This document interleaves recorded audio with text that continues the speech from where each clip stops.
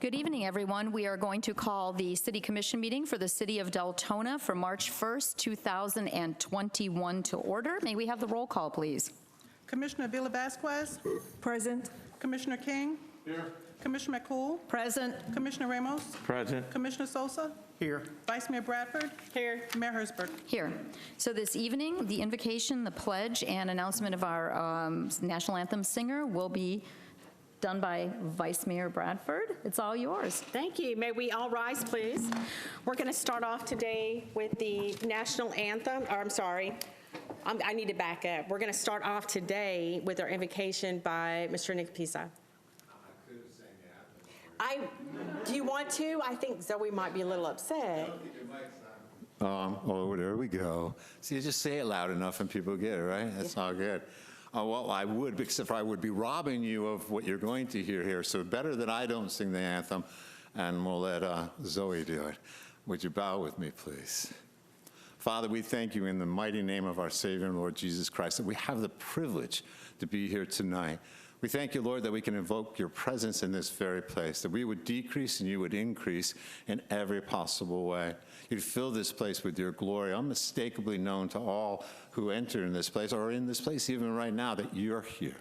And that, Lord God, it's your will to be done in this place tonight. We pray an anointing on each one of our commissioners tonight, and on our vice mayor and our mayor, and on all our city officials. As decisions are being made here tonight, Father God, it's on behalf of your people of the city of Deltona that these decisions are being made. We praise you, Father God, for your wisdom, insight, and understanding, which is so much more than what man can have. In fact, your word tells us that man's greatest wisdom is as foolishness to you.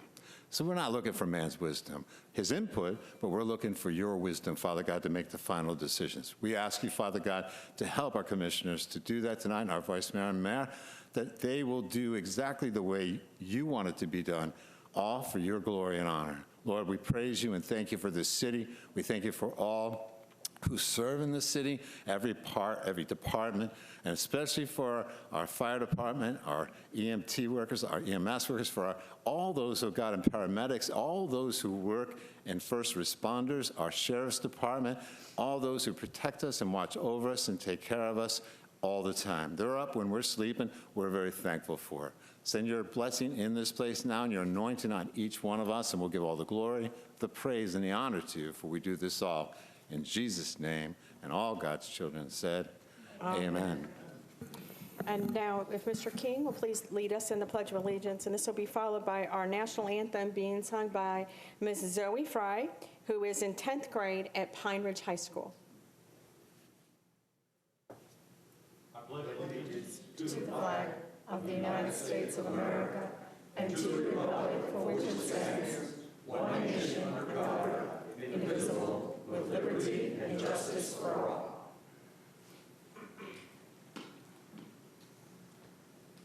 Oh, say, can you see by the dawn's early light what so proudly we hailed at the twilight's last gleaming, whose broad stripes and bright stars through the perilous fight, oh, the ramparts we watched were so gallantly streaming, and the rocket's red glare, the bombs bursting in air, gave proof through the night that our flag was still there.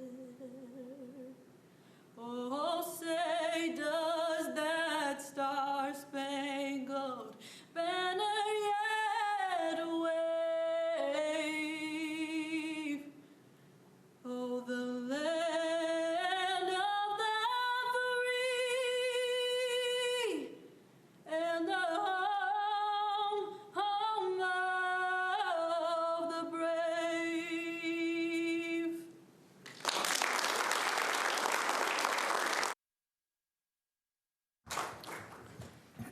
Great job. Okay, we'll move on to our business meeting. The first item on the agenda is the approval of the minutes of the regular commission meeting of January 4th, 2021 as presented. So move. Properly moved by Commissioner Ramos, seconded by Vice Mayor Bradford. All in favor? Aye. Any opposed? Motion carries. Next, we will go ahead to presentations, awards, and reports. And today we have our video once again of the Superstar Students of the Month certificate for February 2021. So if everyone would like to go ahead and watch the video and honor our superstars from our schools in the city.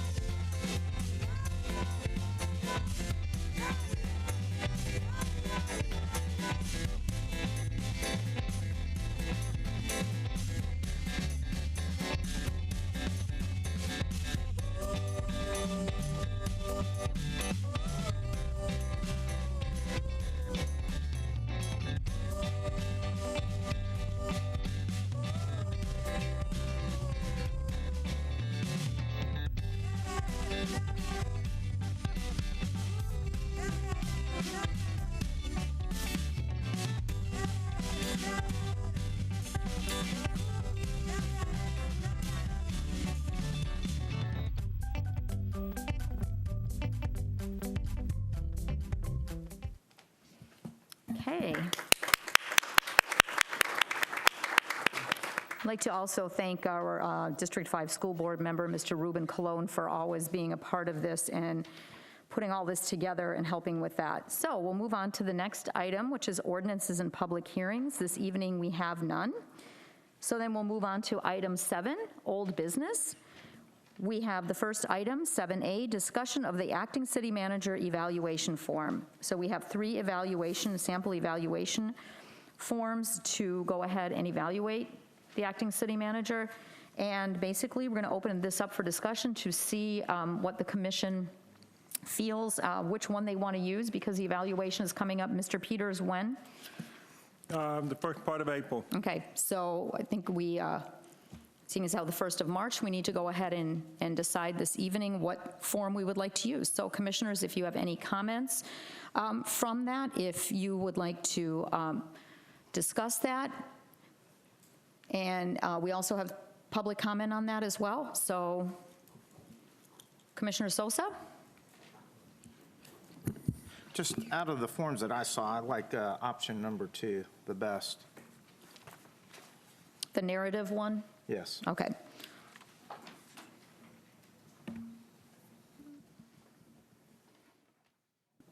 Okay, and commissioners, you have those there. You have the middle one is basically answering and writing the questions. The first one is pretty much multiple choice. And the second one is, or the third one is basically a combination of. So, Madam Mayor, if I could Yes. just interject for the public, because I know I've spoken to a number of you all. I have a different name for each one.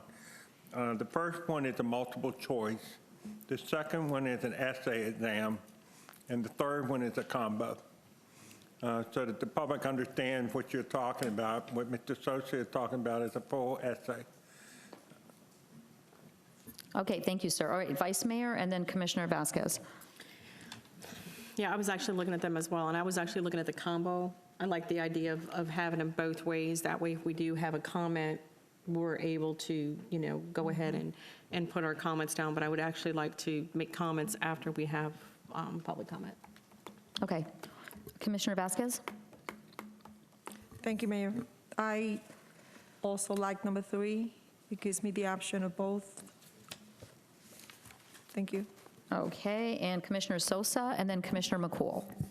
And just a reminder, anybody that wants to look at these forms, if you haven't seen them, there's 2 books in the back of the room there on that table that has the entire packet that we have. So if you guys want to look at the forms, you can as well. Thank you. Commissioner McCool? 3 is a hybrid. Hybrid. Yeah. Is that your choice? Okay. Okay, the rest of the commission, do you want to weigh in now? Would you like to go to public comment? Go to public comment? Okay, well, if you'll call those members of the public that filled out a form, we can get that done, and then we'll continue the discussion. Okay, Tara DeRico, and then Albert Bryant. Tara DeRico, please.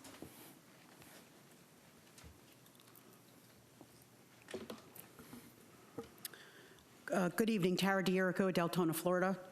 So I did look at the forms ahead of time, and I'd like to share a few concerns and just questions that I would have after reviewing the various evaluation forms. So an overall observation, which applies to all 3 forms, is that each form has a version of a citizens and public relations section. An area that I think we can all agree we have had some challenges in, and maybe have some room for improvement and growth. And although from what I've observed from Mr. Peters, he is much more diligent in this area, I am very concerned that the category of citizen and public relations does not require any input or feedback from the citizens or public. So that's just an overall comment that I had. What is needed is a comprehensive evaluation that not only leverages clearly defined ranking metrics to measure a performance, but also includes a narrative section for observation, actionable feedback, and constructive advice. Without this, you are not completely measuring or reflecting the employee's full performance. A large part of a person's performance is not just the job they do, but how they do it. It's not just getting results, but how they get those results. So it's great if you score, like I think I saw on the forms, there's a total score of 250 out of 250 in your ranking. But if you're, and no, not saying that you would be, but but if you're rude, disrespectful, deceitful, and condescending while doing that, is that really an excellent performance? Sticking to the metrics only, which was that first form that I viewed, which was just all strictly rankings, in my opinion, it doesn't give the full story of the human element. The other form that I viewed, which was the narrative only or the essay version, to me, that's too subjective and too open to personal interpretation. When you structure questions like possesses sufficient skills or works well with or effectively planned for, to me, those are not clearly defined measures because my version of what works well, my version of effective planning may be different from everyone sitting up there, and yours may all be different from each other. So it's just too open to personal interpretation. This is why I would respectfully request and strongly advise Deltona move forward with the combined form with some enhancements to incorporate citizen and public feedback. This is the only way you will measure an individual's full performance using clearly defined metrics and an opportunity for feedback and constructive advice. Thank you very much. Thank you, ma'am. You're welcome. Albert Bryant, please.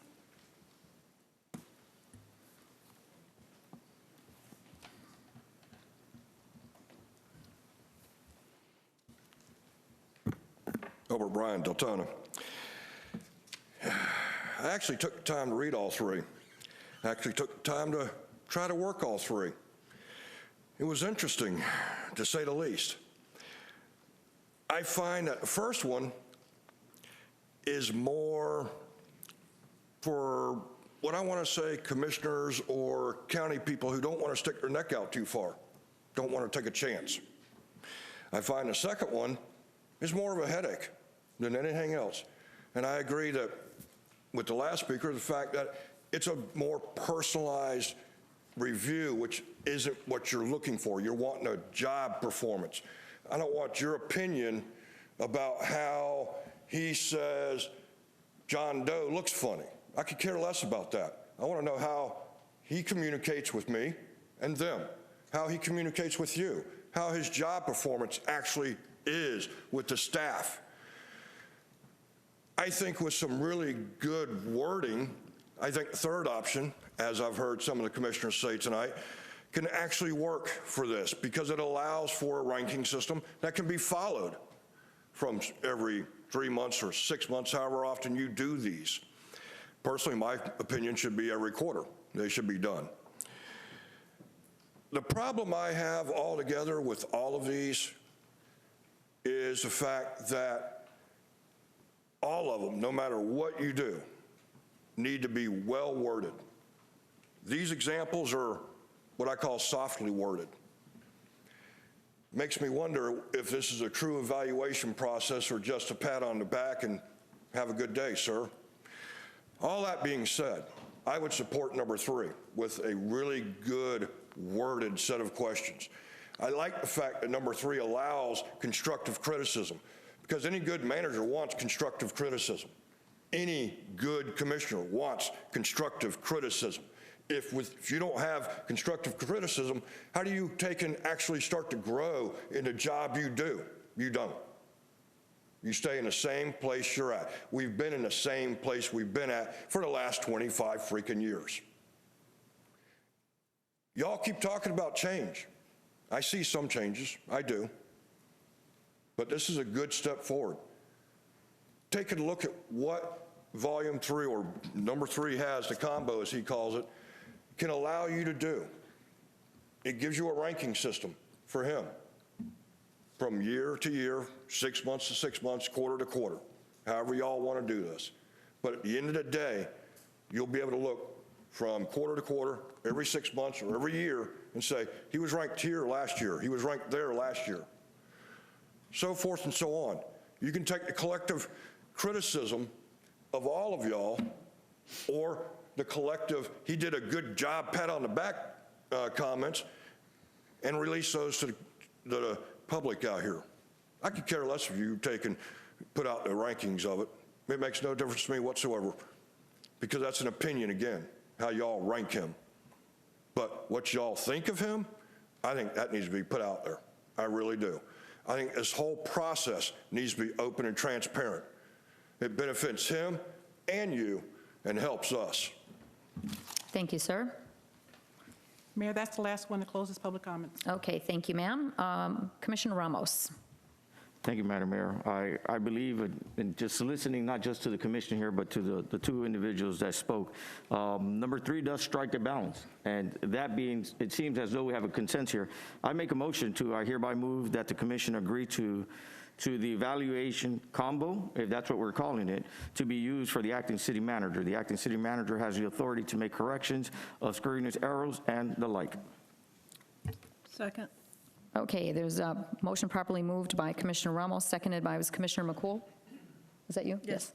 Okay, for sample evaluation, the combined number 3. So any more comments? Once we vote on this, should this pass, then I have another question that we also need to discuss after we decide which evaluation to. Yes, ma'am, Vice Mayor.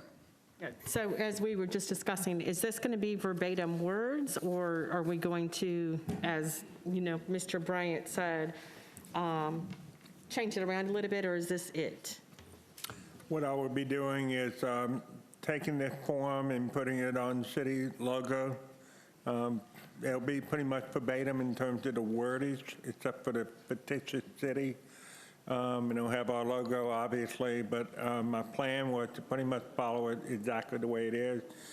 These 3 forms came from the League of Cities recommendations, and I would just tell you that I applaud your choice with regard to the motion. Personally, as Mr. Bryan indicated, I had a preference for 2 or 3. Because I believe it gives me more feedback, which is important.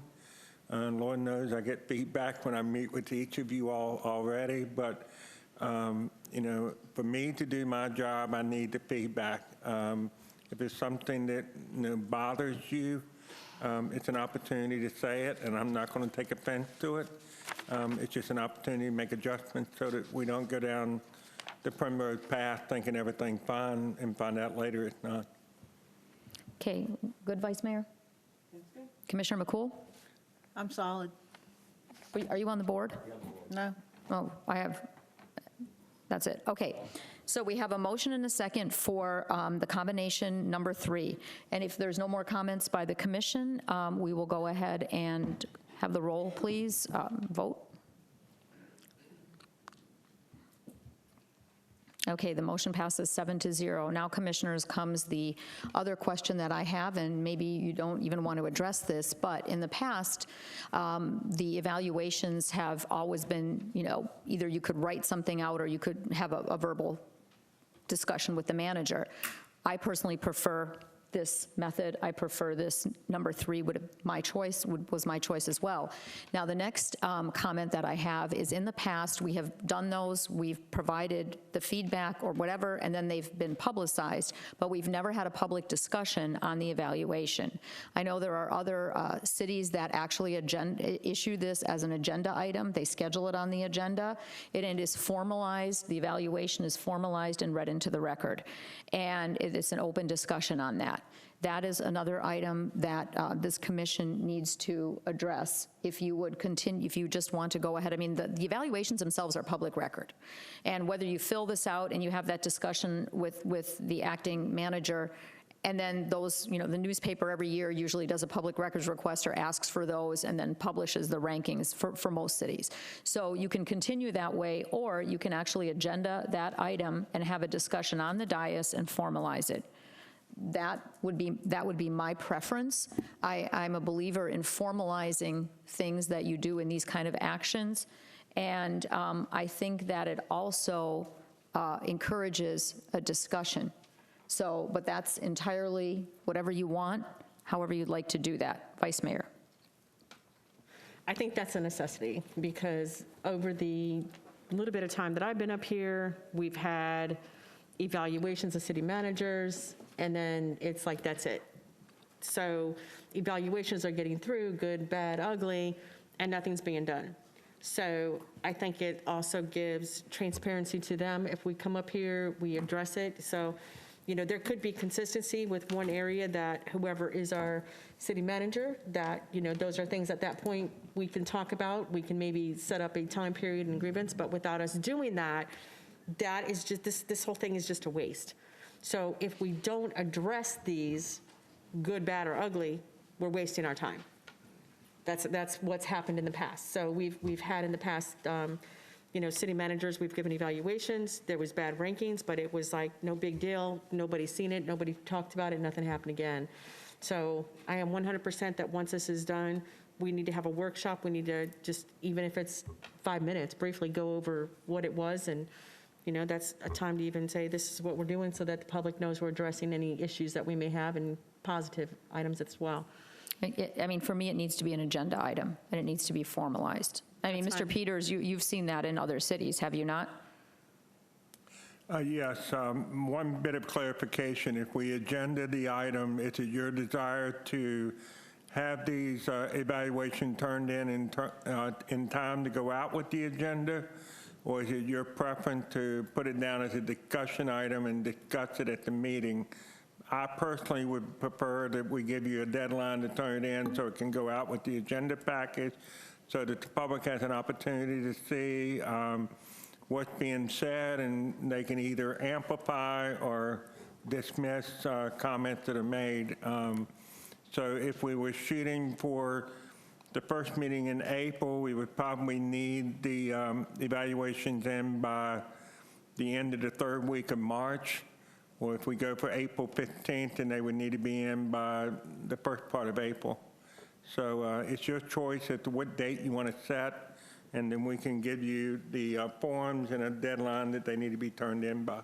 Okay, Joyce, do you have a preference for either one? Okay, so it's either going to be the first meeting in April or the second meeting in April. Commissioners, do you have a preference for that at all? Commissioner Sosa?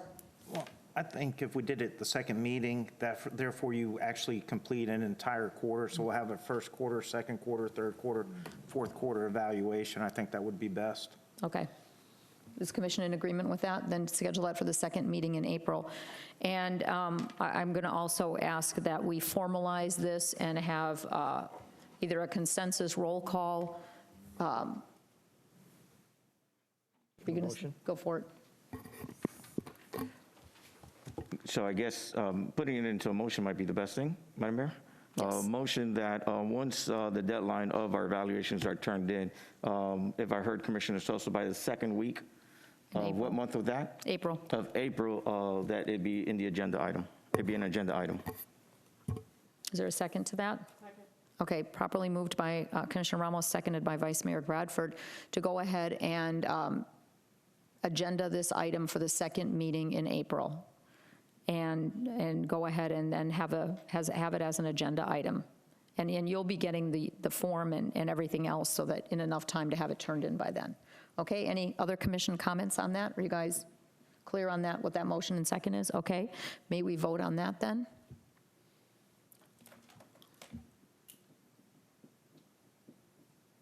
Okay, that motion passes 7-0. So, Mr. Peters, you have your instructions, and let's get that out. And, commissioners, it's not easy vetting someone in public, and to have someone that's a public official across the board. The difference between government and the private sector is if you're evaluated, you're done in the private sector, you're done privately. In public, it's a public discussion, and it needs to be, and it makes it hard on everyone, especially those of us that have to do that, but it's something that we have to, for once, stand up and be responsible for that and do that properly. And I don't think that's ever been done, at least for a long time in this city. So we'll go ahead and move on to the next item. So item B of old business is the discussion of a potential settlement with Brandy White. Mr. Peters and Mr. Fowler, this is yours. Yes, ma'am. Mr. Fowler and I, at the direction of this commission, met with Brandy White on 2 separate occasions in the month of February. They were, I think, very good discussions. We have basically a general overview on the settlement agreement on the back of the copy of the discussions and what we came to conclusions. And then we negotiated the terms of the settlement. Basically, the settlement requires, let me get my glasses on here. Short version will be a letter of apology from me regarding the actions of, or the mayor, on behalf of the commission, regarding the events of the 3rd of April, 2018, and the manner in which it was handled. The second element of this is that we will develop policies and procedures regarding citizen inquiries, complaints regarding charter officers, and address such changes are not filed against citizens without their full knowledge and in accordance with their rights. Charges, right? Yes, ma'am. Okay. Key element here, while we will be putting policies in place, I think it's important to realize that any complaint regarding a charter officer comes to the commission, because both Mr. Fowler and I work for you all. So that is where they would go on the complaint. We are already in the process of putting procedures in place. Next week, we will have a workshop where we're going to be talking about decorum, and I will bring back to you at that workshop the policies and procedures we're putting in place with regard to staff's interaction with the public. The third element is probably one of the key elements in this, is that based on HIPAA laws, We're going to be very non-transparent about this, which we have to be, but we are recommending that the city provide Ms. White and her family counseling, and the counseling will be within my authority.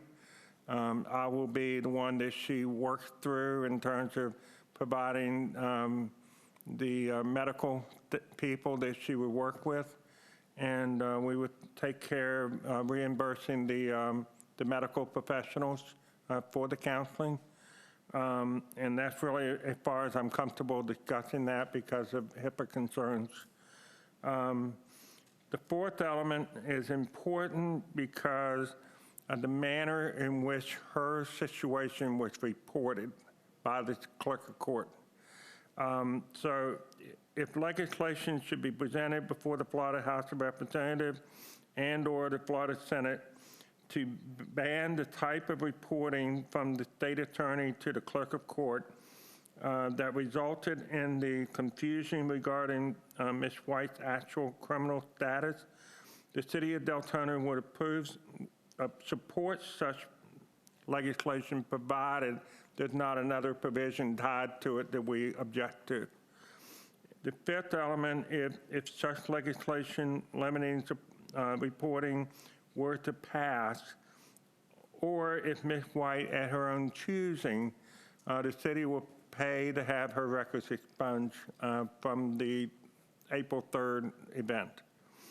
And then lastly, and this was just added a little bit ago, I erred. I'm going to take full responsibility.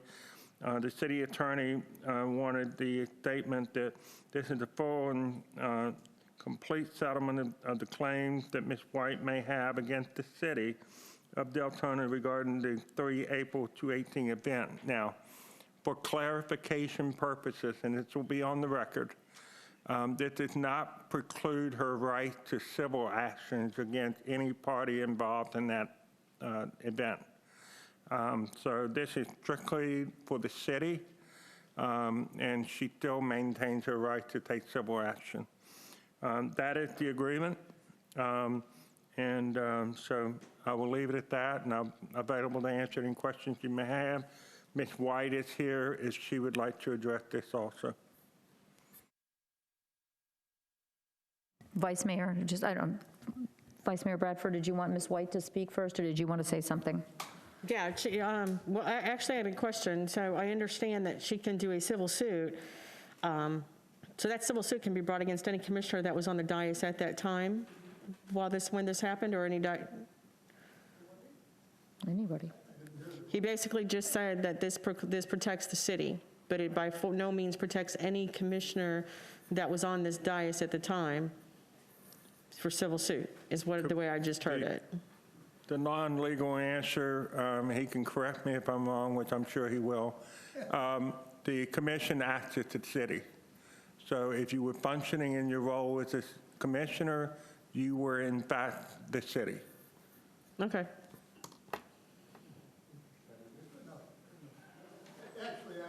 I don't want to go down for something somebody else did. I think the intention, and Ms. White can certainly speak to this herself, was she wished to proceed or consider proceeding against someone other than a commissioner who may have been involved. Thank you for clarifying that. Okay, Ms. White, did you want to come up and address?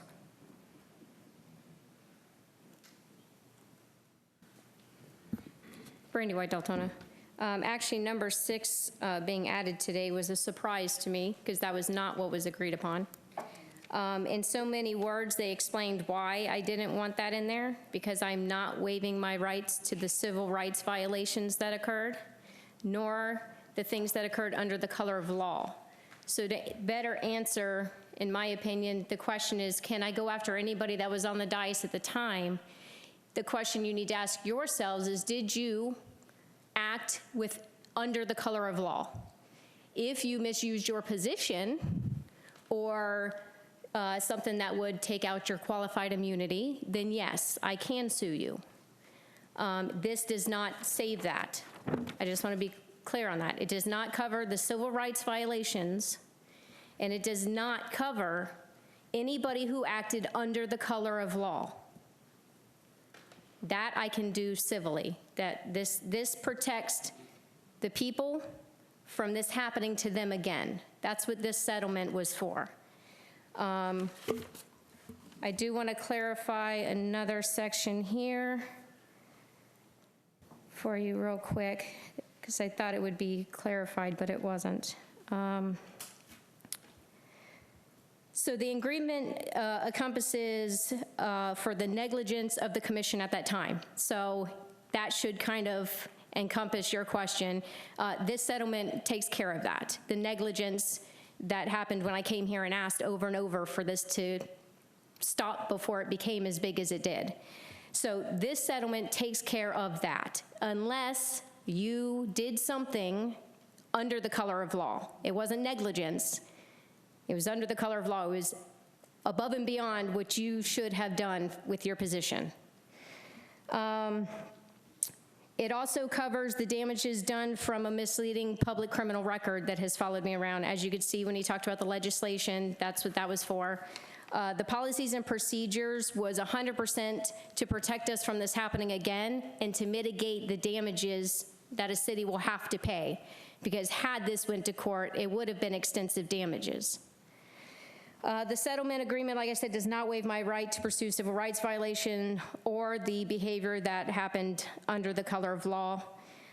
With that said, there were two things that I feel that were left unresolved, and I believe that's going to be up to the commission tonight, because that is not something that we could work out for two reasons. One, Mr. Fowler was a part of this settlement negotiations, but his firm is also smack dab in the middle of what happened. So there was a little bit of conflict of interest. It was brought up by Mr. Peters, how I felt about it. To save the taxpayers' money of having to bring in another firm, I agreed to let him stay in. But obviously it did cause a few issues. As a matter of fact, I'll be honest, at one point, this wasn't gonna happen. I was ready to walk. You can thank that man sitting right there for the fact we're here. He's the one that brought up perhaps counseling would be a good idea as part of this. That is something I planned on doing with some of the money anyhow, so I felt that that was an amazing suggestion. So the accountability on the Fowler Law Firm and their role in this, because I think it has not been discussed yet. We've all focused on Jane, but she didn't do it alone. Sheriff Chitwood acknowledged she didn't do it alone. The other thing was obviously the compensation for the emotional distress that I went through for the 180 days. The counseling is going to help me moving forward with that, but we could not really discuss any compensation for what I actually went through and the hell that I was drugged through for 180 days, because I asked this commission to step in and withdraw that affidavit and nobody would. So for 180 days, I had to walk around wondering when I would be arrested. That's a long time. Now I see this commission, when we violate or don't comply with a code, you fine us $100 a day. So I'm asking you tonight that I don't think that it's unreasonable that you grant me $100 a day for the 180 days that I was drugged through hell with my family. And if you don't feel that $100 a day is entitled here, I really just want to hear it from you personally, that you don't feel that I suffered in any way, even though in this letter here you're acknowledging the mental distress that was caused, but no relief for such distress. Thank you. If you have any other questions, I'll answer them. Thank you, ma'am. Okay, commissioners, do you have any comments, or do you want to go? Are there members of the public that signed up to speak on this? Do you want to go to the public, members of the public first? Okay. Do you want to read them off? Is that okay? I don't see anybody lit up here. Tara DeRico, Joy Kay, Ms. Navis. Okay, we'll stop right there. Mr. DeRico, please. Tara DeRico again, still from Deltona. So first, I'd like to thank Mr. Peters and his part for his part in facilitating the meeting on this issue that has been hanging over our city and dividing Deltona for quite a while now. I respectfully request and am hopeful our commission will approve this settlement, including what Brandy just presented and requested from you all, so we can continue the journey to move forward. I would also respectfully request the city put into place proper measures to protect citizens and community members from abuse of power and retaliatory actions with appropriate consequences clearly stated and, more importantly, enforced. I would suggest looking into the Whistleblower Protection Act and the Whistleblower Enhanced Protection Act. Although both of those are currently in place at a federal and private sector level, there is much valuable information there that can be leveraged for community and citizen protection. I would also like to personally thank Ms. White for continuing to show her commitment to our city and community by agreeing to discussing a very unselfish settlement with very little personal gain in an effort to allow the city and community to continue to move forward while ensuring this will not happen again in our community. I'm now asking each of you to show your support and the same commitment, and in my opinion, to do the right thing to agree to settle this matter. As long as the negative actions of former city officials remain unresolved, the gap and divide within the community will continue to grow, creating roadblocks on what I hope to be a very positive journey forward. Thank you. Thank you. Joy Kay, please. Joy Cottrell, Deltona. I'm not here to cause chaos, I promise. I know what Brandy feels, because I'm going through it myself, just not with the city. So I watched all of that go down, and I know that some of you had nothing to do with it. I know Mr. Peters probably had nothing to do with it. But that doesn't erase the responsibility of the city for the wrongdoing of someone that you kept screaming was an excellent city manager and a great person. I read those reviews. That woman caused harm to Brandy's reputation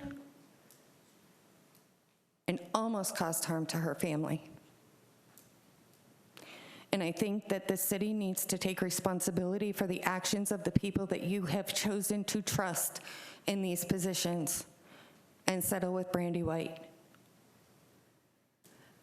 And I know from my own personal experience that I wouldn't ask for the little bit that she's asking for. I'd actually recommend that you give her at least $200,000. That's my opinion. You guys are lucky that she's not taking the city to court. But I think that if you don't agree to this settlement, that you will end up paying a lot more in the long run. I, as a resident here in Deltona, do not have a problem with that little bit of money coming out of my taxes, because we as a city are responsible for our employees' actions. And if you guys trust the wrong people, that's on you, but we have to pay for it. So I hope that you will take this as well and figure out how to make sure that this stuff doesn't happen. Because for a long time, code enforcement was city managers' personal retaliatory goons, as were the sheriff's department. When our government uses law enforcement to hurt the residents, to shut them up, we have a problem. And it doesn't matter if it's the city, the commission, the city manager, the school board, the school district, the superintendent, the county, it doesn't matter.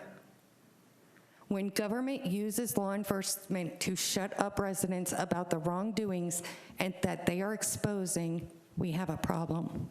So I come to you very peacefully and ask you to please accept Brandy's settlement and then make some changes.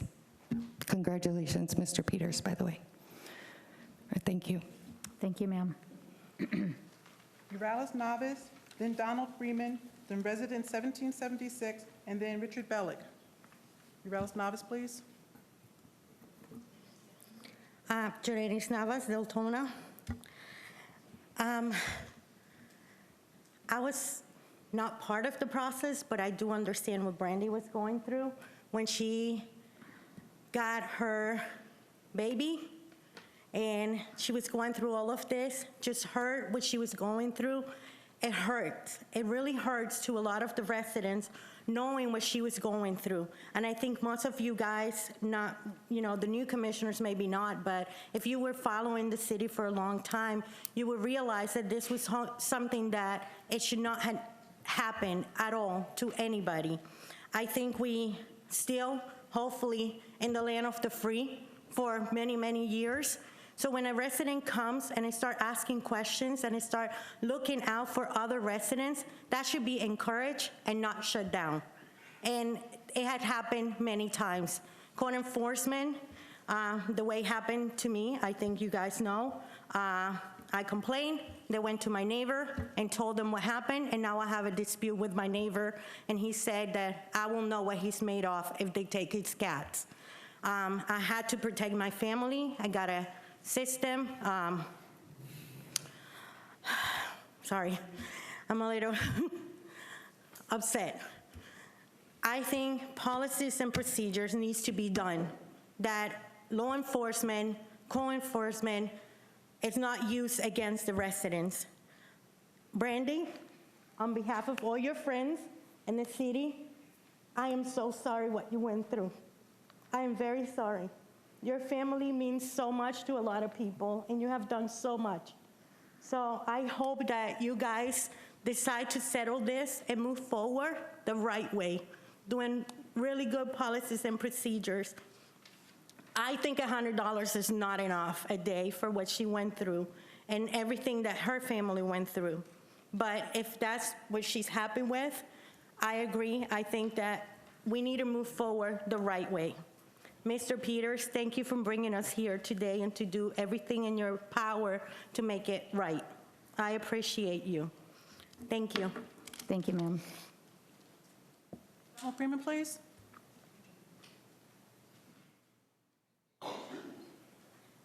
Good evening. $18,000 is a drop in a bucket. Whether you like Brandy White or not, it shouldn't really matter. What was done to her, if it was done to any one of you guys, you'd want a hell of a lot more money than 18 grand. And all the other stuff that Mr. Peters brought forward seems like he's trying to do the right thing. Now's your opportunity, unlike the last commissioners under Jane Shang, to do the right thing. Y'all thought she was outstanding. Per your evaluations, you guys failed. You failed Brandy White, you failed the city. Now's your chance to rectify your mistake and do the right thing. Thank you. Thank you, sir. Resident 1776, please.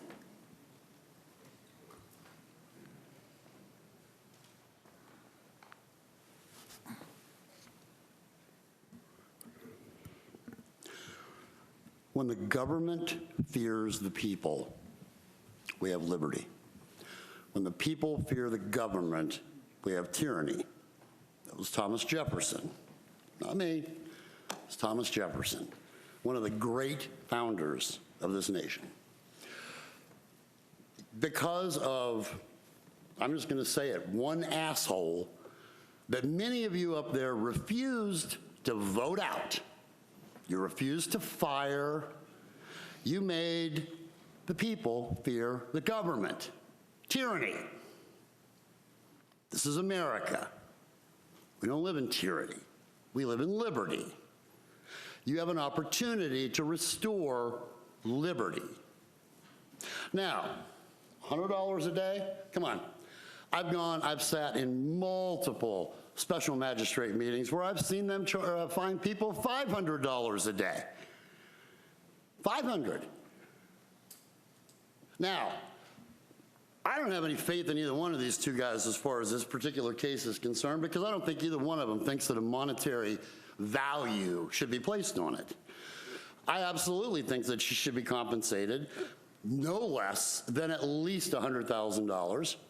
I think that the $200,000 she was asking for is fair and adequate.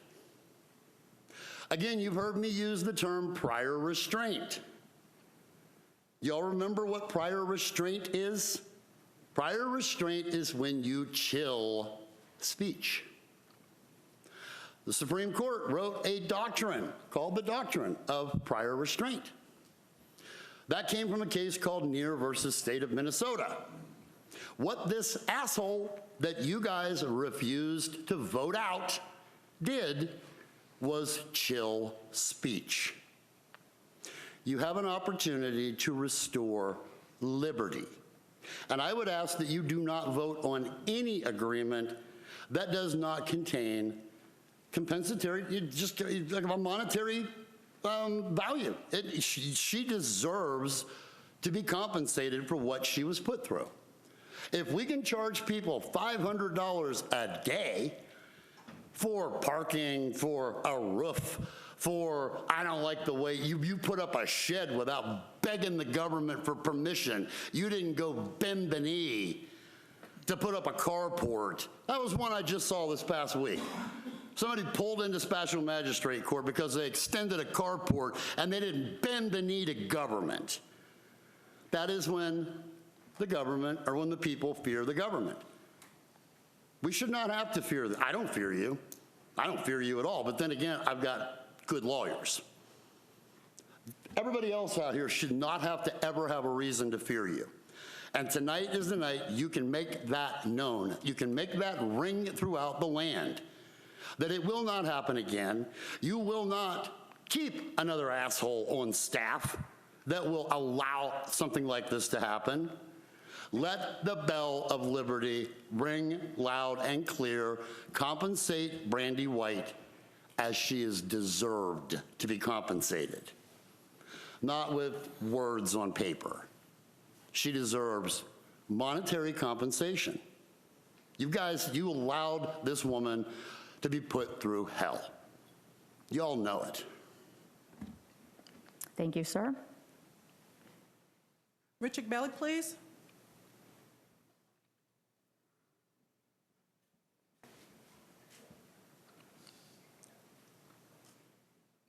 Richard Bellick. I believe this is being looked at the wrong way. Mike Chitwood, he's the law of the land. He said it was wrong. Mike Chitwood told you it was wrong, okay? The state attorney said it was wrong. What do you need? Now, I want to go in two parts here.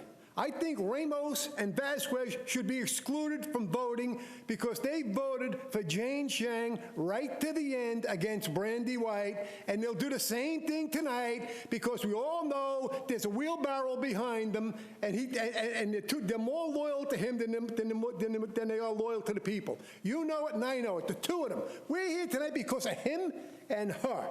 You know it, and you know I'm telling the truth. And I'm excited about it, yes, because it was unjust. They're controlled. If he was a man, he would just say, okay, yeah, you're right, Mr. Bullock, I know it. She, if it was a decent woman, she would bow out and not vote. She would say, look, recluse me from this. Now, we got to get back to it. The sheriff, Mike Chitwood, was on her side. These two were on Jane Chang's side, relentlessly. How many votes? 25, 30 votes. They sit up there looking at me now with anger in their face. I'm telling the truth. Yous are not. Yous are controlled, and you know who controls you. You know how you got here, and you know how you got here. Yeah, you want to vote. Yeah, you did. You want to vote. But who pushed the vote for you? Now, you have to do the right thing here. I say give her $25,000. That's what I say. She deserves it. Regardless, you like her, you don't like it, it's got nothing to do with this. You know it? Heidi, come on. you know the deal here. You were through the whole thing. You know what Shang was. She was a treacherous individual. Bradford spotted it. Chris Alcantara and Brian Sukop, they spotted it right away. You all went against them. Now, here's a chance, like Blue said, rectify the situation. $25,000 is a pea in the pod for the city of Deltona. You know that. You know that. $100 a day is too cheap. She deserves it. Look at her mental anguish. How would you like to go to bed at night, lay there, and thinking the police might come to your house and arrest you? And again, how many times do I have to say it? Mike Chitwood said it was wrong, it shouldn't have been done. He is the one that oversees Volusia. The state attorney, it was wrong, it shouldn't have been done. And I'm going to keep drilling this to you till my time is out. It was wrong, it shouldn't have been done. Regardless of whatever you think of her, she is a human being. She's a citizen of Deltona.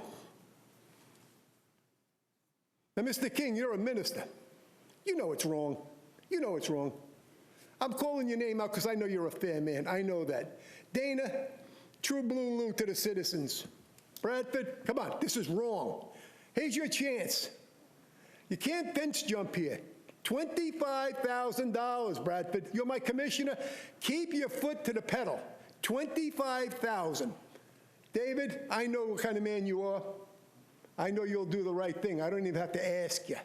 And again, Chitwood said it was wrong. The state attorney said it was wrong. Everybody that came in contact said it was wrong. It's wrong. You got to justify it tonight and award her $25,000. Forget about this $100. Thank you, sir. Thank you, sir. Chrissy Larson, please.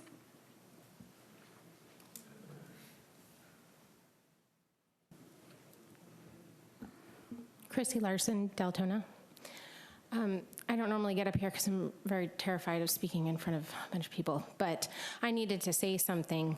I don't see in anywhere of that settlement that benefited Brandy White personally. She has done nothing but sit here and try and help the city by going to all the meetings, she has done so much good for the city.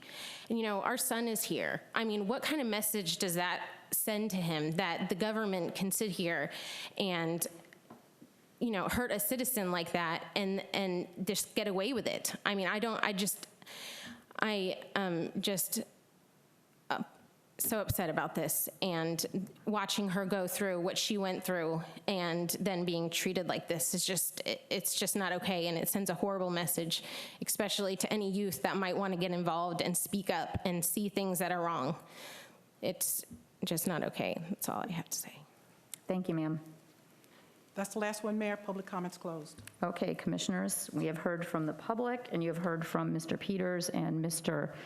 Fowler, and you have an agreement in front of you. Ms. McCool, Commissioner McCool.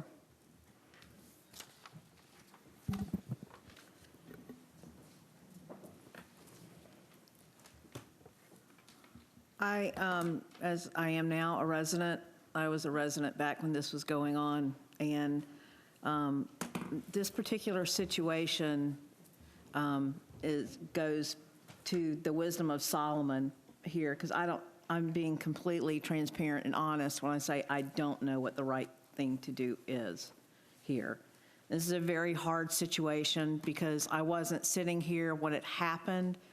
I'm a new commissioner, but still at the very core of myself an advocate for residents. This is why I was hired to do this job. And part of that I understood was to make difficult decisions like this for both the city and for residents. I, myself personally, in speaking, I understand that I don't think that what Brandy is asking for is out of terms with what I saw her go through. I wasn't up here to judge what she went through as a commissioner and wasn't involved with this side of it, right?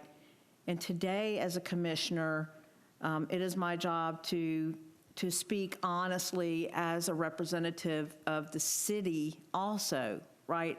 It's my job to speak honestly, and that's what I'm doing.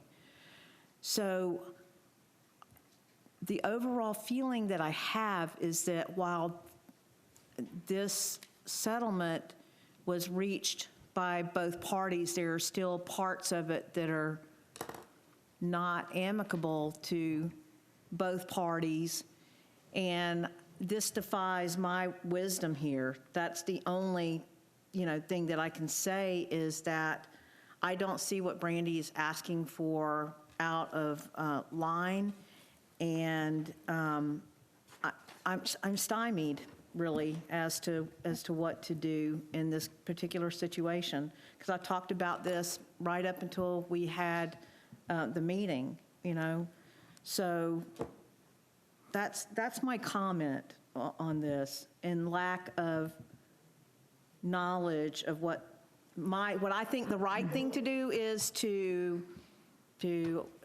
redo this so that both parties are happy, and I don't know how we get there, so I'm. Thank you, Commissioner. It is my recommendation that this commission does not negotiate from the dais. This can go on all night long, and if there is not consensus on the agreement that is in front of us, then my suggestion would be that it go back to negotiation. That's the commission's decision. Vice Mayor, you are on the board. Would you like to speak?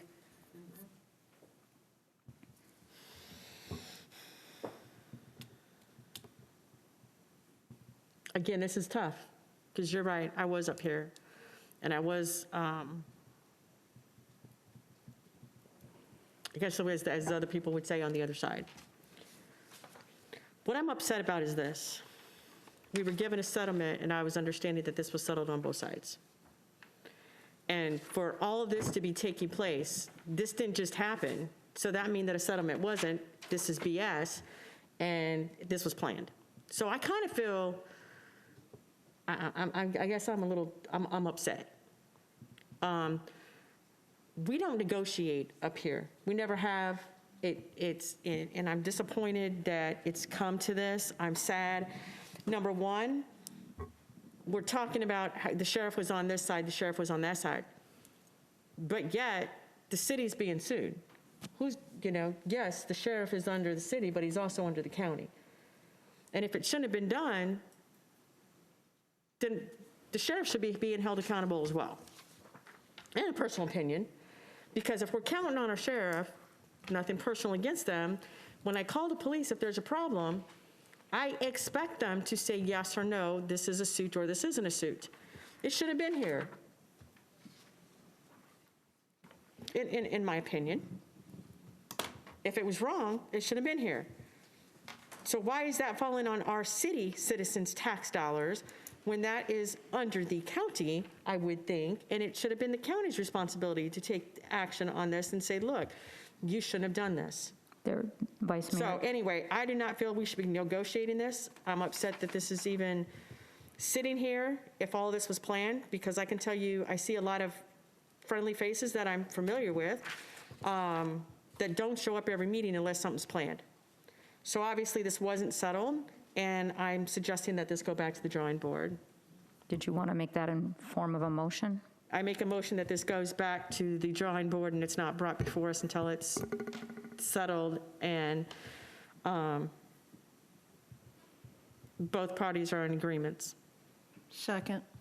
Okay, a motion has been made by Vice Mayor Bradford and seconded by Commissioner McCool. Commissioner McCool and Commissioner Vasquez, you're both on the board, so did you want to speak again, Commissioner McCool? I did, just to finish with this. Thank you for clarifying that, because as everyone knows, we can't discuss this, right? We can't discuss stuff amongst one another until this comes up. This just came up. The modification came up right before the meeting. So that's what I was looking for, is guidance here, right? To tell me what I'm, what I mean, if I'm not in agreement with this, and this is what I was getting to. I thought this was settled also. So it wasn't my position to try to negotiate from the dais. I did not know, however, how to verbalize what I was thinking, that I was not in agreement. So thank you, and I just want the residents to understand that, and I want, you know, the dais to understand that, and the officers over there. Thank you. Thank you, Commissioner. Commissioner Vasquez? Thank you, Mayor. I heard what Randy said, but I just want to clarify that again. Number 6 was added after the fact? Number 6 was added after you met with Ms. White? Yes, ma'am. It was added actually today, and that was my error. Mr. Fowler had mentioned putting it in there because it was something that we had discussed in the negotiation. The key thing that Ms. White wanted to maintain her right was to take civil action.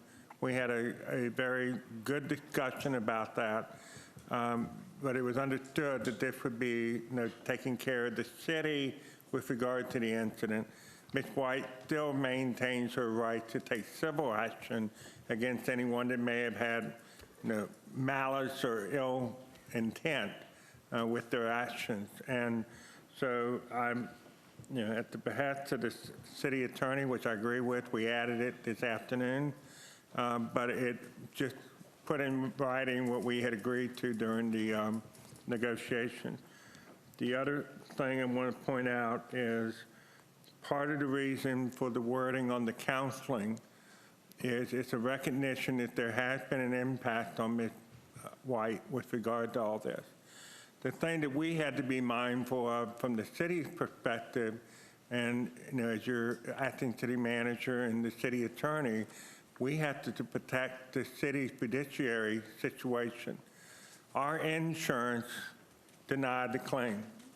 The sheriff's department's insurance denied the claim. When you have an insurance company that has denied a claim and you go back and then you consider making a payment, that could impact your situation with the insurance company. In fact, when the newspaper reported that we had come to terms on an agreement, we got a call from the insurance company wanting to know if we were paying out a monetary amount. We said no, that we were agreeing to pay for counseling. They said that was fine. They had real concern that if we were paying out a monetary payment. So, you know, please be aware that this agreement was written in a way that protects the city's financial situation with regard to our insurance carrier, while also recognizing that there is something that happened with regard to Ms. White, and we felt like a fair compensation would be the counseling. Because as you have heard tonight, you know, there has been, you know, mental anxiety and that type of anxiety, which I felt that the counseling was actually a better means of dealing with that than a monetary amount. And as Ms. White said earlier this evening, you know, if it wasn't for the counseling part, she probably would have taken the money and spent it on counseling. So, you know, it was a way to get to the end without affecting our situation with our insurance company. So, Mr. Peter, my question is, was Ms. White notified that number 6 was being added after the fact? Did she not know that this number 6 was there when this came up to the commissioners? Ms. White, before I left last Thursday, was in agreement with 1 through 5. Item 6 was added. We had a conversation with her prior to the meeting, and we acknowledged that it does not affect her right to take civil action with regard to anyone who had malicious intent or whatever with regard to this situation. This is strictly an agreement for the purpose of the city, which is what the commission represents. It's the city of Deltona. Okay, so I know that when we last spoke, the agreement was not for us up here at the dais to negotiate on a settlement money-wise, but we were coming here to agree on what was written on this document. So, you know, I have a problem with this document if Ms. White doesn't have the same information that we have from up here on her document.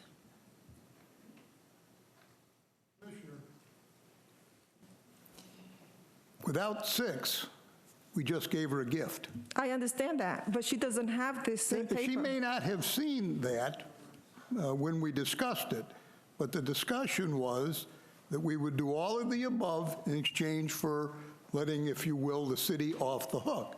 That is what 6 does. Now, why do 1 through 5 if you're going to not do 6? That was the whole point of 1 through 5. And candidly, we never heard the $100 a day conversation once during the course of our conversation. Well, my question is not $100 a day. My question is this document. It's totally different than what she signed. Well, she didn't sign it. She did not sign this? No. That's the purpose of tonight, to see if you're agreeable. I had hoped that she would say, yes, that's the deal that we made, but I guess not. So if it needs to be redressed or addressed again, then we go back to the drawing board, I guess is. I agree that we need to go back to the drawing board because there's a lot of confusion going on here. We have this document, she has another document. I would like to bring something to my table that is the same thing that she's looking at. I'm sorry, I can't quite understand you. We need to bring this back to the drawing board and just make sure that what she's looking at is the same thing that we're looking at before we agree on this. Of course, yes. Thank you, appreciate it. Commissioner King and then We Vice Mayor. apologize for that. Are you set, Commissioner Vasquez? Commissioner King and then Vice Mayor. So I want to understand this. We came in tonight, we had a copy of the agreement without number 6 on it. And number 6, another document came in with number 6 on it, which was put on there today. Ms. White has come here this evening, and she's asked tonight for something that was not discussed at the meetings that you folks had. So we got, both parties are coming back, and I understand the process here on the document. I understand why 6 is there. I get that. But honestly, that should have been on the document, the copy of the document that Ms. White has when she walked in the door. So I would be comfortable if we ask you guys to go back and talk again and see whether or not you can come to some agreement that's good, that will be good for both of you, both parties, and bring it back to us as fast as you can so that we can finish this.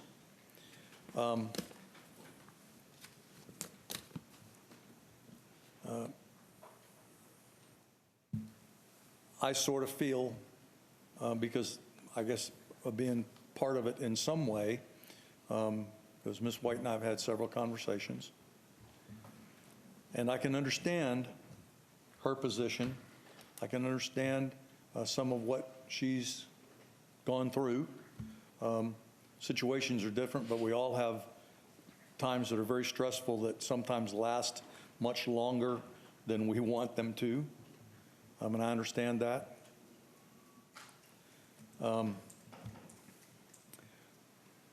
So I feel kind of like Commissioner McCool. I understand what she's asking for, and I don't think that's very much at all.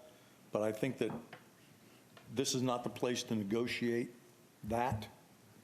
I think that we need to do that between our city manager and our attorney and Ms. White, and we need to come to an agreement that both parties are holding in their hand and they deliver to us, and we say, here it is, stamp it, we're good to go. Let's be done with this. But I don't think that tonight is the time to do that.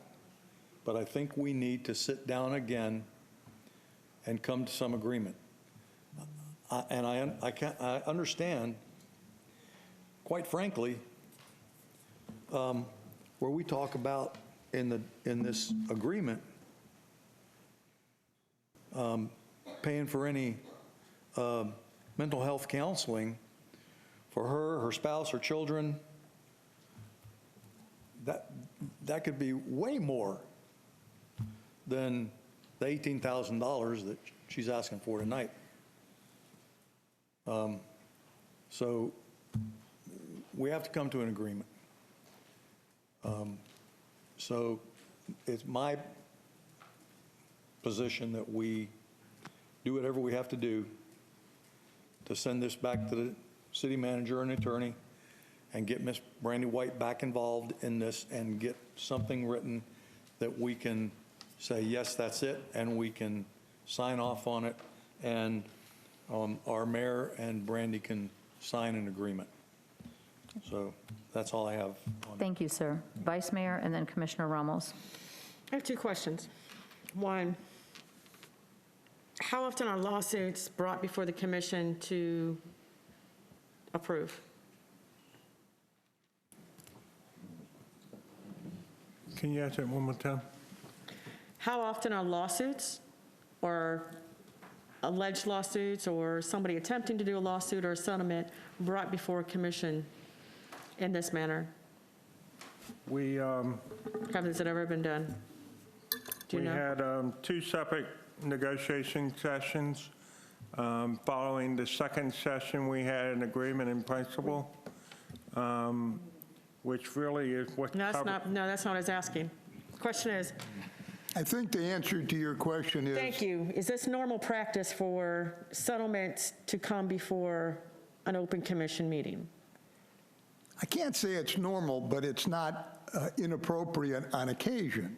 In the past, when we've had lawsuits to discuss, we have what's known as a shade meeting, in which the commission gets together in private, discusses the litigation, whatever it might be, and comes up with an answer or direction, et cetera. And you can have, candidly, you can have multiple shade meetings on a particular case. We did not do that in this case, but rather Mr. Peters and myself sat down with Ms. White and came up with what I understood would be an acceptable resolution for her and for us. Apparently not. Okay.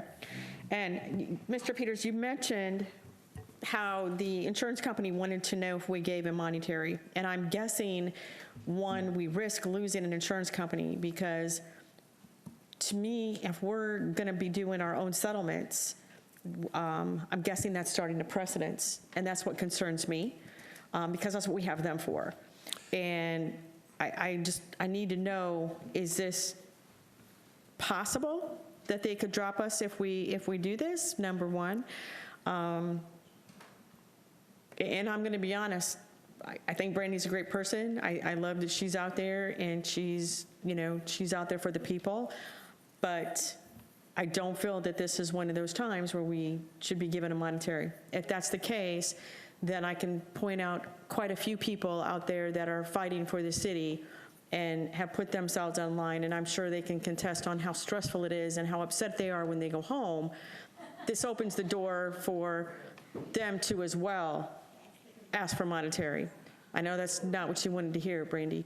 But again, we were elected to protect the people, everybody. So I need to know the ramifications from the insurance company of anything monetary going out by us just voluntarily doing that. I can assure you that if we, Mr. Fowler and I go back into negotiation, the first phone call I'll be making to the insurance is getting clarification. While I have not read the details of our insurance policy, they're typical. They have language in there that if we do something that puts the insurance company at risk, i.e. if we were to settle, that basically opens the door to anyone who had gotten a negative result from our insurance carrier to come back and ask for a monetary settlement outside of that process.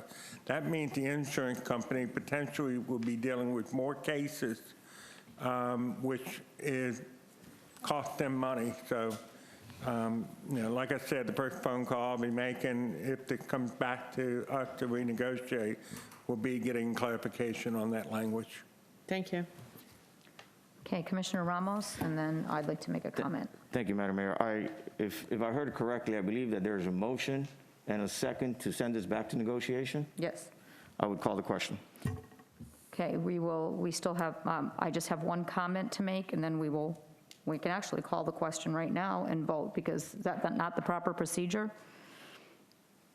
Calling the question? Well, you would have to have a second and a vote on that, Okay. unless you accepted it by agreement, I suppose. But technically, it's a motion that needs to be voted on. I make a motion to make the call for the vote. Is there a second for that? I actually have another question. I know, but he's made a motion to call the question, so we have to vote on the motion to call the question, and then we will go ahead. So made a motion by Commissioner Ramos, seconded by Vice Mayor to call the question. May we vote on that, please? To whether or not we are just going to vote and cut off any more discussion. I'm sorry, Mayor, but when you call a question, you just make the vote. You don't vote. No, you have to do make a motion on the the proper procedure is that you have to have a motion and a second to call the question.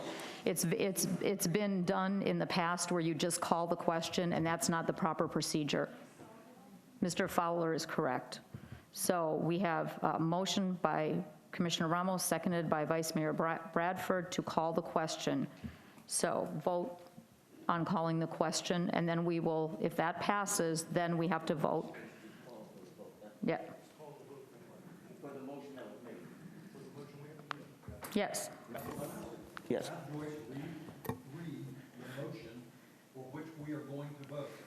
The motion that, we're not voting on the motion, Commissioner. We're voting on to call the vote To for the stop motion. discussion. To stop discussion and go to the motion, discussion. which was to send it back to our city manager and city attorney.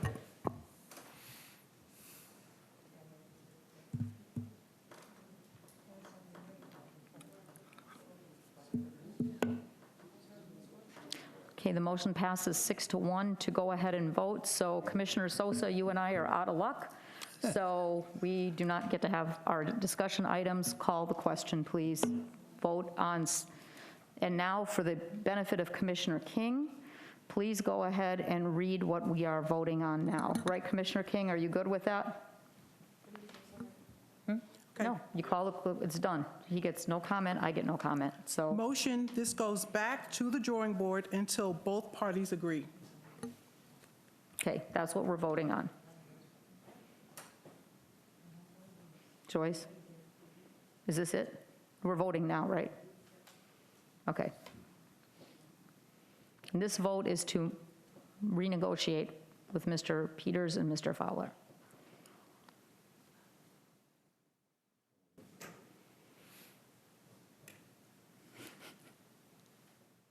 And the motion passes 7-0. Gentlemen, you have your orders, so please, back to the drawing board. We'll move on. Item number 8, new business. There is none. Item number 9, public forum. Liz, if you will read those people that put a motion and comment in for public forum. Joy Kay, Leela, Kathy Bryan, Resident 76, Richard Bellick. Joy Kay, please.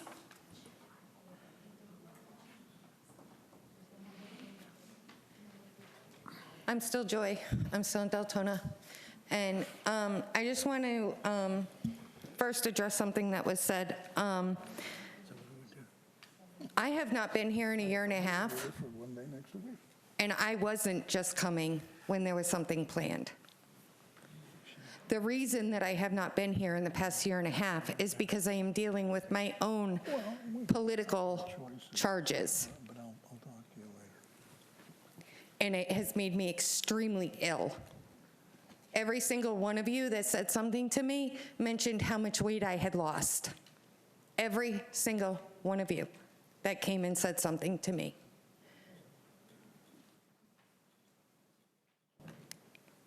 I have been watching. Ms. Bradford, how many people do you know are watching that camera? Do you know? Do you know how many of us are actually watching? No, you don't.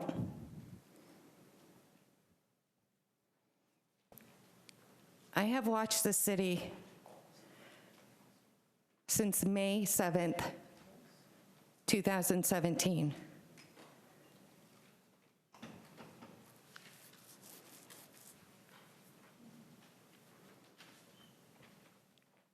I came here in tears, talking to someone that I thought was my friend who held the mayor's seat, over what had been happening to my own family by the sheriff's department.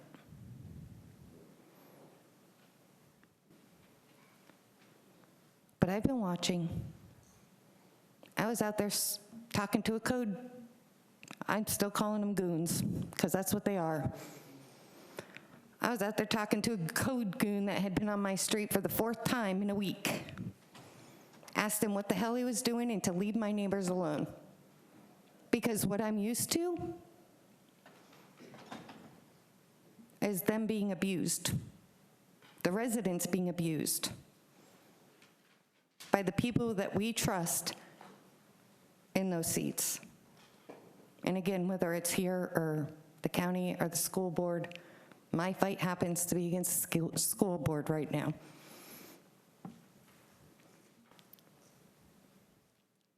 But what are you going to do? I had one of you tell me that you were going to look into the sheriff and his lack of action with the sex trafficking rings that are right here in Deltona. Did you know there's one right behind here? Right behind Pizza Hut in that neighborhood? There's a sex trafficker over there. Did you know that? You want his name? Y'all know how to contact me. I'll gladly give you his name. I sent video of him to the sheriff's department. 2 weeks later, another resident and I went back to the same location where we had obtained that video, and they were gone. It took me and my team all of about 48 hours to find out where he had moved to. I asked Carla Kwan at the sheriff's department why they haven't shut him down yet. Our children are in danger. You know what she said? Because he threatens to kill the girls and they won't testify against him. You guys trust the sheriff enough to pay him as much as you pay him, but nothing's being done. Not with what I've been fighting for 2 years. So again, if you'd like any information, you all know how to contact me. Leela, please.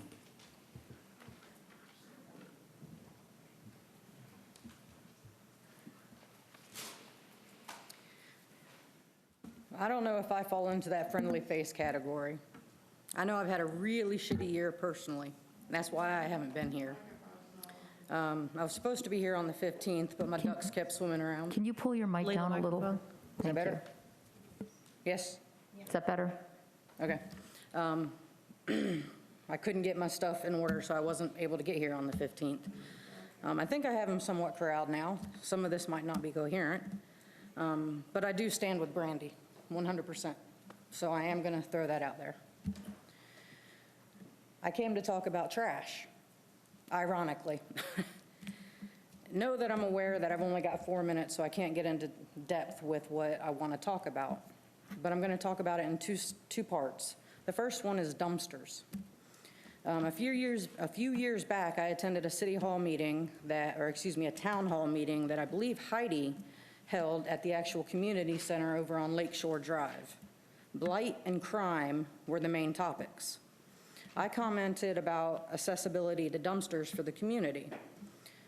Sheriff Chitwood stated that he would personally see to that. Now, I don't know on whose authority he may have been speaking, but here I stand several years later, still no access to dumpsters. This, along with a bunch of misinformation and misdealings and changing contracts with Waste Pro, leads to illegal dumping. We see it all over the place. Take a drive down any of the alleyways, you're going to see a bunch of stuff that's been dumped. Now, we pay tipping fees for recycling. We don't recycle. We all know why we don't recycle. Where do those tipping fees go now? Where are they at? What are they being used for? I was here the day that it was announced, comically enough, that the suggestion, was made to Marcia to see about giving the citizens back those tipping fees. We have to laugh because we know that's that's a revenue, and y'all aren't going to give up a revenue stream that easy. So where is that money? Can we use that money for each of the commissioners to find a place in their district to put a dumpster for a weekend or a week, however long it takes, and put that information out so that, hey, if you're trying to clean out your garage, there's a dumpster this weekend or this week at such and such location in District 1, District 2, District 4, whatever it happens to be. Now, I understand that we do a dumpster after Christmas, and I believe one during the spring cleaning time, but we have a city of 90,000 people, 90,000 plus. 2 dumpsters just isn't enough. Can we work somehow to get this more city-friendly, more citizen-friendly? And again, I don't know where those tipping fees go, but wouldn't that be a good place to start? I know we can't have dialogue. The second part is litter, and this has been on everybody's mind lately. I drove around to neighborhoods and roads that were suggested by folks on Facebook this past weekend. The locations ranged in responsibility from DOT, the county, and of course the city. I'd like to focus on the city. I know that the city puts on the annual lake cleanup where you meet at the ball field at DuPont Lake, I believe it is. I'm running out of time. This is the same field where the senior league plays ball, the senior league that gets preferential treatment, and it's the prior mayor's backyard. Can we focus on other parts of the city? We have 6 districts, correct? Can we focus on somewhere else other than prior mayor's area? Kathy Bryant, please. Thank you.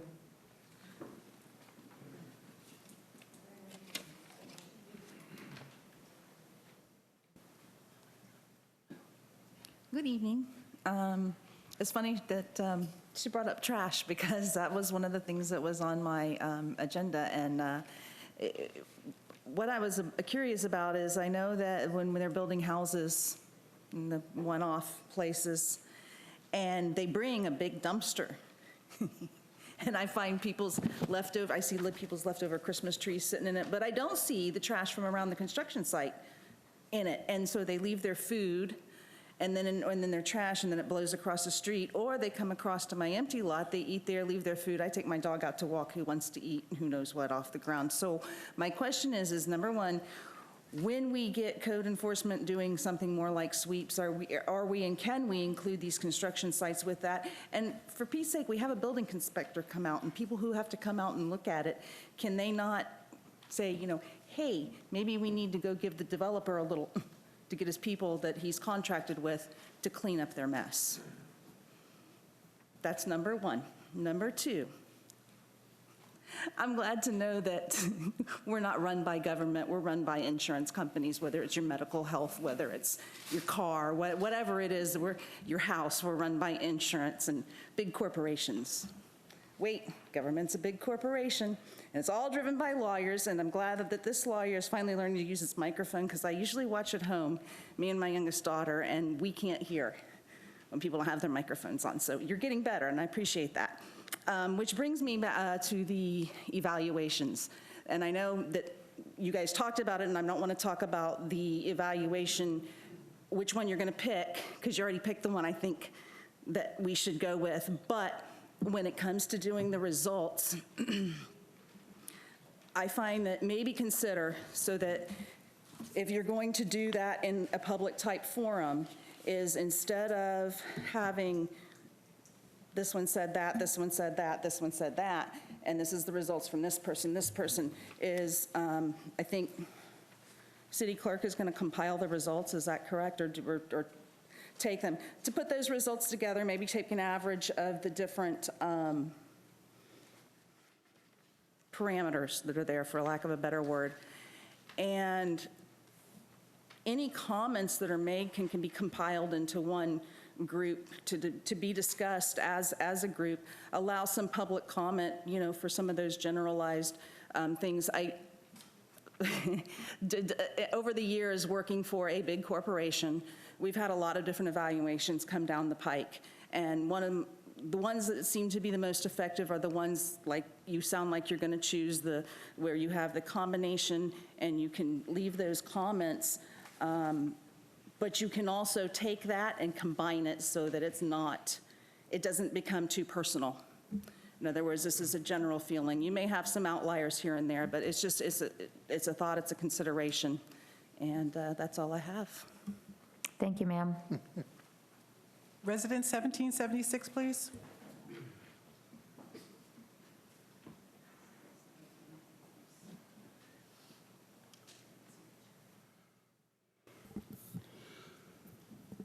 So what I want to speak about is something that you're actually looking at what you're dealing with Brandy is literally a drop in the bucket compared to the fines and/or lawsuits that you're looking at because of these two fellows that are right over here. So on the 16th and 17th, I believe, of last month, there was a disabled veteran who came in here looking to get records. He'd been told to meet Mr. Peters, who wasn't here to see these records. And there was video of this interaction. He took his own video, but there's also video that was taken from the cameras out here and the cameras upstairs. I was told by Mr. Peters that we would be given a copy of that video. Again, those of you who matter, you all got copied on an email that Mr. Peters sent to me saying, the video's ready, you can come get it. And then less than an hour later, I get a phone call, no, you can't get it because now this guy over here, the lawyers, got involved. And wasn't me. I think that the reason that Skip does not want this video released is because it implicates him in abusing a disabled veteran. That's a federal crime. Now, their excuse is that, it will somehow show flaws or in the security system. So I came in Wednesday night when I came for the special magistrate meeting, and I took pictures of every camera, took pictures of the sprinkler ceiling, everything I can see with my eyes. And again, I sent those pictures to all of you up here on this dais that matter. The ones that don't matter, you didn't get it. So the cat's out of the bag. There's nothing left to secure. There's nothing left to hide. The camera up there, I've got pictures of the angle of that camera. This is my business, by the way. You can't see it, and they claim that it might show somebody punching their number in the keypad at the door. The door that doesn't have a keypad. It has a card swiper. It's not a keypad. So what is the security breach here? If it implicates your city attorney, you got a much bigger problem on your hands. You could be looking down the barrel of the federal government's cannon. Now, this clown over here, he's not going to defend this city against the federal government. They are going to come in, they are going to impose the fines that they see fit, and they are going to take what they see fit. Now, what I would ask of you is I would like this commission to direct the city manager to provide this public records request, this video, as promised, as was in the email that you all saw from me. He told me, here it is, come get it. And then later told me when I wanted to know, well, how did legal even get involved? It was Joyce. That Joyce sent it over to legal. Because Joyce doesn't like people to get records. That's a whole, 40 seconds is not even close enough to go into the crimes that this woman has committed. But we will get there. We will get there. But I would like for you guys I would ask you to please direct the city manager to turn over the video as promised in the email, in the text messages I have from him that implicate the city attorney in the abuse of a disabled veteran. And Mr. King, this is something that really should be near and dear to your heart. And if it's not, then take off that hat. But thank you very much, and please give this guy the direction he needs. Thank you, sir. Richard Bellick, please.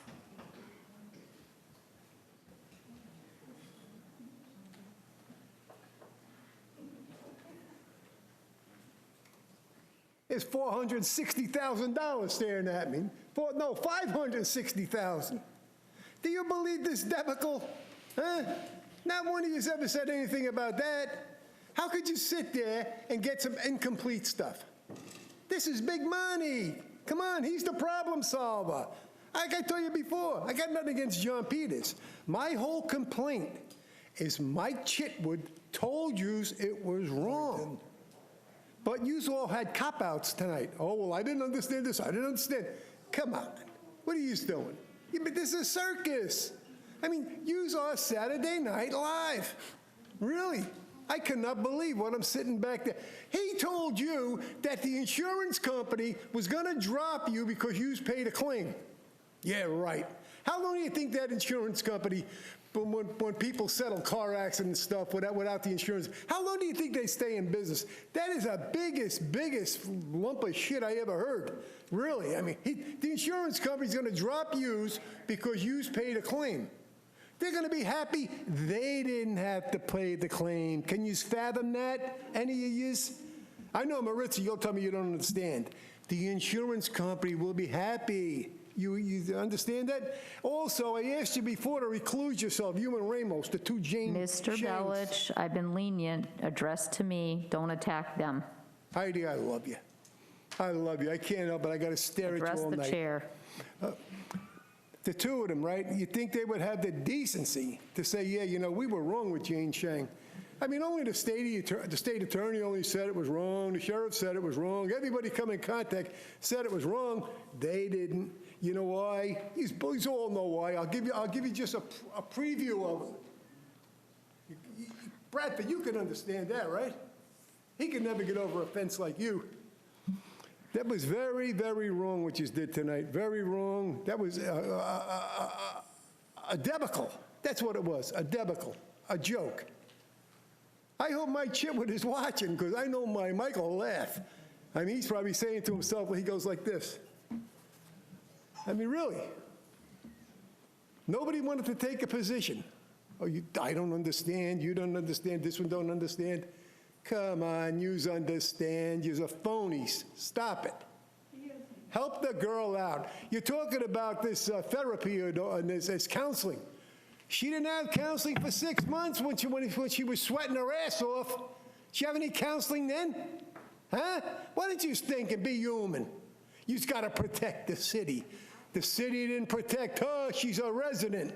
Now, what do you think of that? Huh? Oh, that don't mean nothing, huh? That don't mean nothing.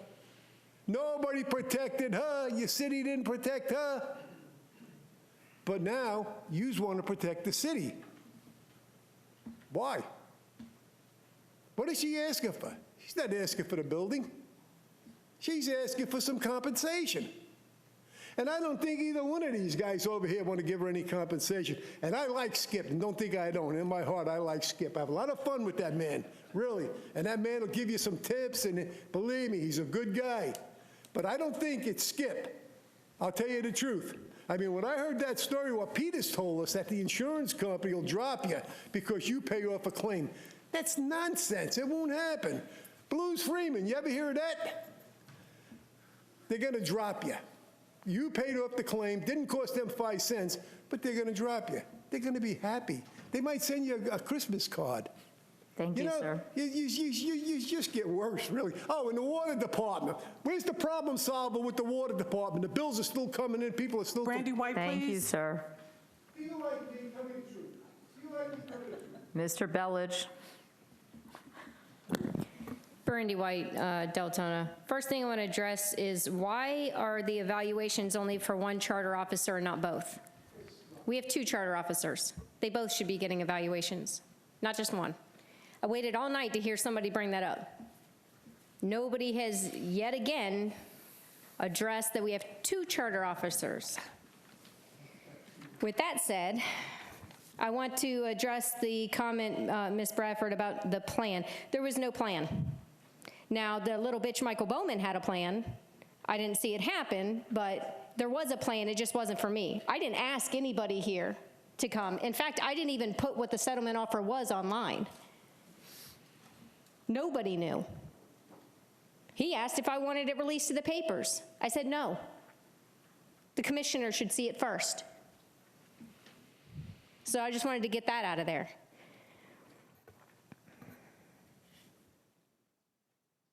As far as the agreement, you know, when a developer comes up here and asks you guys have dialogue with them for hours. I told y'all, ask me any questions you want. I thought one of y'all would be like, do you really have to have the money to settle this tonight? And in fact, why you feel that this was just bombarded in a plan was because I literally haven't slept very well for months. And the main part after our meeting that ate at me, and you can ask Mr. Peters because I brought it up every time we talked, was the fact that nobody seems to really grasp what I went through for those 6 months and that I should get compensated for it. However, they're right. At the end of the meeting, I was going to say, this is fine. It really was hard for me to say, I'll eat the cost of lobbying to change this. I'll eat the cost of notifying thousands of third-party vendors that their information is correct. Y'all paying for that? I didn't see that. The only thing that I asked you to pay for was to get rid of the record that shouldn't exist and to provide counseling to deal with it moving forward. The compensation was what I went through at the time. This counseling is to help me moving forward so that I can start to try to trust my government again. But no, the $18,000 could give a fuck less about your money. And everybody's gonna be pissed that I said that, including the firm that I may or may not have to end up hiring. It was never about the damn money, ever. And not one of you even asked, after hearing that, if it was still relevant. The number 6, we sorted that out. We could have resolved this today had y'all called me back up to ask me some questions. I was ready and willing to let y'all know I didn't have a problem with number 6. It was the manner in which I was told and the wording of it. We all get it has to be in there. It was the wording. I wanted to make sure it was clear to you guys that it didn't mean all was good. There are still some lingering things that need to be wrapped up. But no, there was no ambush or surprise or reason why that wasn't in there. It's because I just was really having a hard time agreeing to this without at least saying it.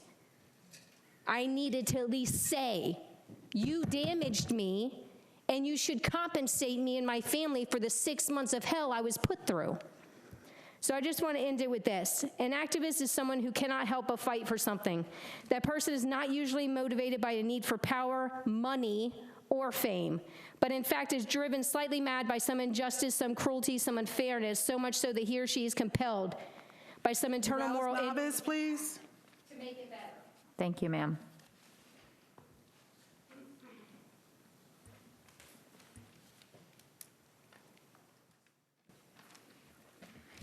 Jorelis Navas, Ms. Bradford, or Chair, whatever, however you guys want to say it. Friendly Faces is like very offended because Brandy has a site on Facebook, Deltona City on the Move, with the three question marks, where she's very open, so everybody knows. I think she didn't call me to be here. I wanted to be here for her because we all, her friends, and the people that's been active in the city, some way or another have felt that if we are outspoken, something is gonna happen. And we're putting ourselves out there regardless of that. I will continue to be here. I will continue to be active. I don't care. There's a lot of things that are happening within the city, and some of you know, and they're letting it happen. Are you guys scared of that? that what happened to Brandy is gonna come down personally to you guys? Is that what this was about? Because if you didn't do it and you were not part of it, then you should not be scared. But because you guys continue to vote for Jane and keep her here more and more and more, even though the things were happening and you guys knew, that's probably why you're scared. I want to follow up on Leila's garbage situation. I think that we can avoid a lot of things if we work maybe the money from the waste pro that we're not paying into recycling, providing 2 cans per family. I have 3. I had to get 3 cans because that's how much garbage my family produced because of my son and all of that, and the boxes are still outside. But I have 3, but I had to pay for 2 of those out of pocket, which was $60 and $80. So, you know, maybe if we provide more, then people are able to put everything in the can, and there's no bags out there that the cats will get into, and then there's garbage everywhere. We don't have dogs running around loose, maybe once in a while. We are on year number 3 for the TNR program. That's $50,000 of our taxpayer money. This is gonna be on 2021. This is the 3rd year. I think moving forward, if we don't see that the program is working, then we need to reevaluate. I have said it many times, I'm more than willing to sit down, to be in a board, to whatever, to sit down and do paperwork that we can say it's working or it's not. There's no paperwork to say, let's continue to do that. But yeah, we're gonna cry for $18,000 for something that she went through that I don't think there's value on money of what she went through. But yeah, let's just continue, $50,000. Don't worry, it's okay. The people is eating the cost, you know, the cats are pooping in the houses, they're picking it up, they're breaking the cars, they're scratching it, it's okay, the residents pay for it. And another thing, you know,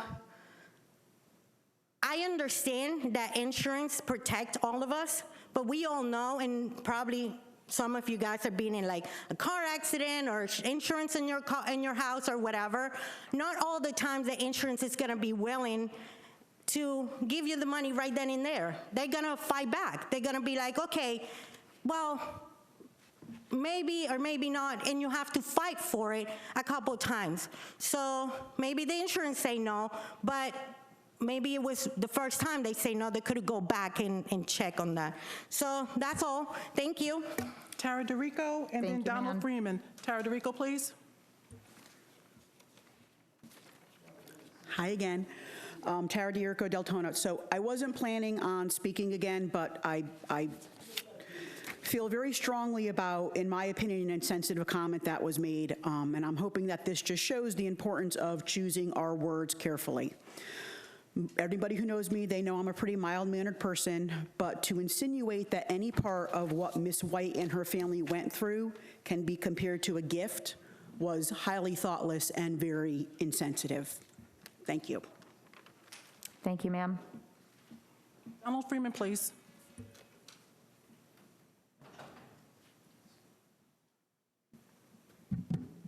Okay. Well, it seems like Brandy White doesn't want any money. That's what I'm taking out of it. Maybe you guys can, you know, talk about it and get rid of this, because Jane Chang, I'm tired of hearing her every time I come up here. We need to get rid of everything that she did negative-wise for the city. And unfortunately, this has been a very bad year for me. I lost my job. Now I have 2 jobs, so when I'm not at work, which is 90% of my time, I can't make it here. I'm not part of any group, organization, or any type of freaking organized thing against this city. I love this city, okay? That brings me to another point, which is totally off the Brandy White thing. How do you select board members here? One commissioner nominates somebody, then seconds, and then they vote on it. It's probably a good idea to evaluate each individual and actually look into them besides whether they've ever been charged with a crime.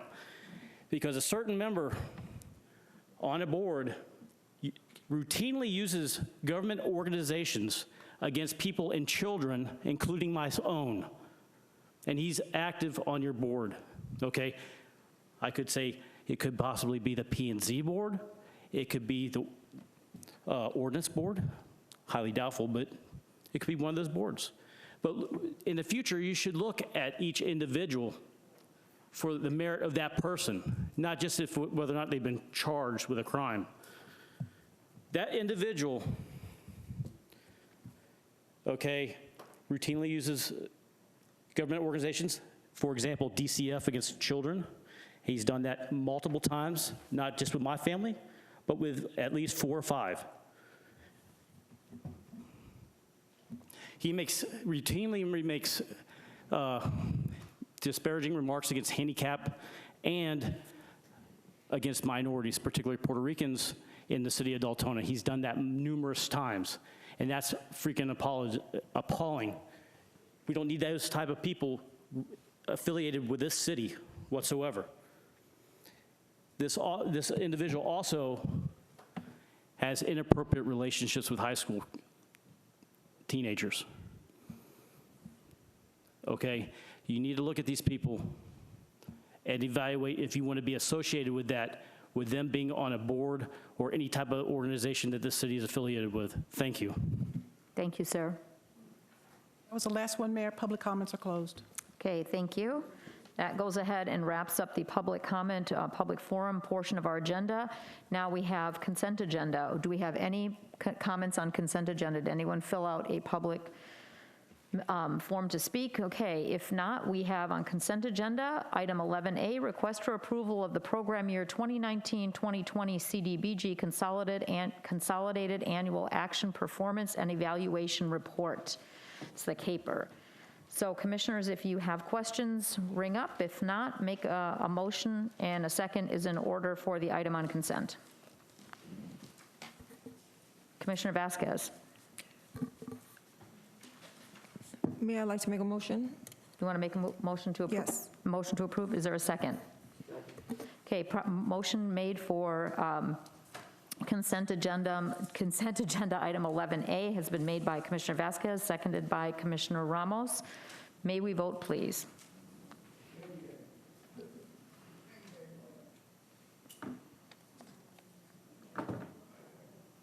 And the motion passes 7-0. Okay, we'll move on to City Commission special reports and requests. Item 12, is there any comments, any special reports and requests from the commission? Vice Mayor and Commissioner Sosa. All right, well, these weren't planned, but some items that were brought up, I think we need to bring forth for workshops. One is one that I believe it was Mr. Freeman who just brought up, and do we have complaints forms or grievance forms for any type of board member that we have? Because no, I don't want any board member representing our city. So if there is any allegations, I think we need to have a board and have some sort of form to have it reviewed. Because yes, as we get applications, very rarely do we hear, unless somebody comes forward, that there's a problem. So obviously, we got to be very cautious on how we have. So if we do not have some sort of grievance or form for a board member, I'd like to see that we get one and get it before the commission to get approved. And I'm bringing this up now because we have to have consent on it. So I don't know if that's something that I need to have consent on for direction for him to do that. Vice Mayor, Commissioner Sosa or Commissioner King, did you have a comment on either one of those two things? Okay. Vice Mayor, I agree with you. I think the first step, because I have been hearing things concerning that particular situation, and I think that the standard procedure generally, when a board member is nominated, especially when a commissioner has a nomination, is generally formalized by a motion and a second. And generally, those appointments are not challenged by the commission. It's usually a yes vote no matter what. I've never seen it. I've never seen anyone voted against. And I think Mr. Peters and Mr. Fowler I share your concern, and I think we need to look into when we have board appointments and certain things come up, aside from the attendance factor, do we have any recourse for removal of board members? And what is that procedure? So I think the first step is to see if we have anything and report back to us. I don't believe that we do, but I'd also like a legal opinion on how that can be done. Okay? So noted. Thank you. Thank you. Also, I'm just gonna throw this out there. You know, I went through, I can't tell you how many dumpsters at the building because it became a dumping site, and I wouldn't even have an opportunity to get stuff that I needed to put in a 20-yard dumpster before it was full because it became a community dumpster. And I was spending roughly $400 a week just to dump a dumpster for the community. So do I definitely see a need for us to have a place to keep a community a little bit cleaner? I don't know what the cost is going to be, but I would love, especially in my district, I would love to see a dumpster, some location where we have, and they can take these items that maybe can't wait by the road until Monday.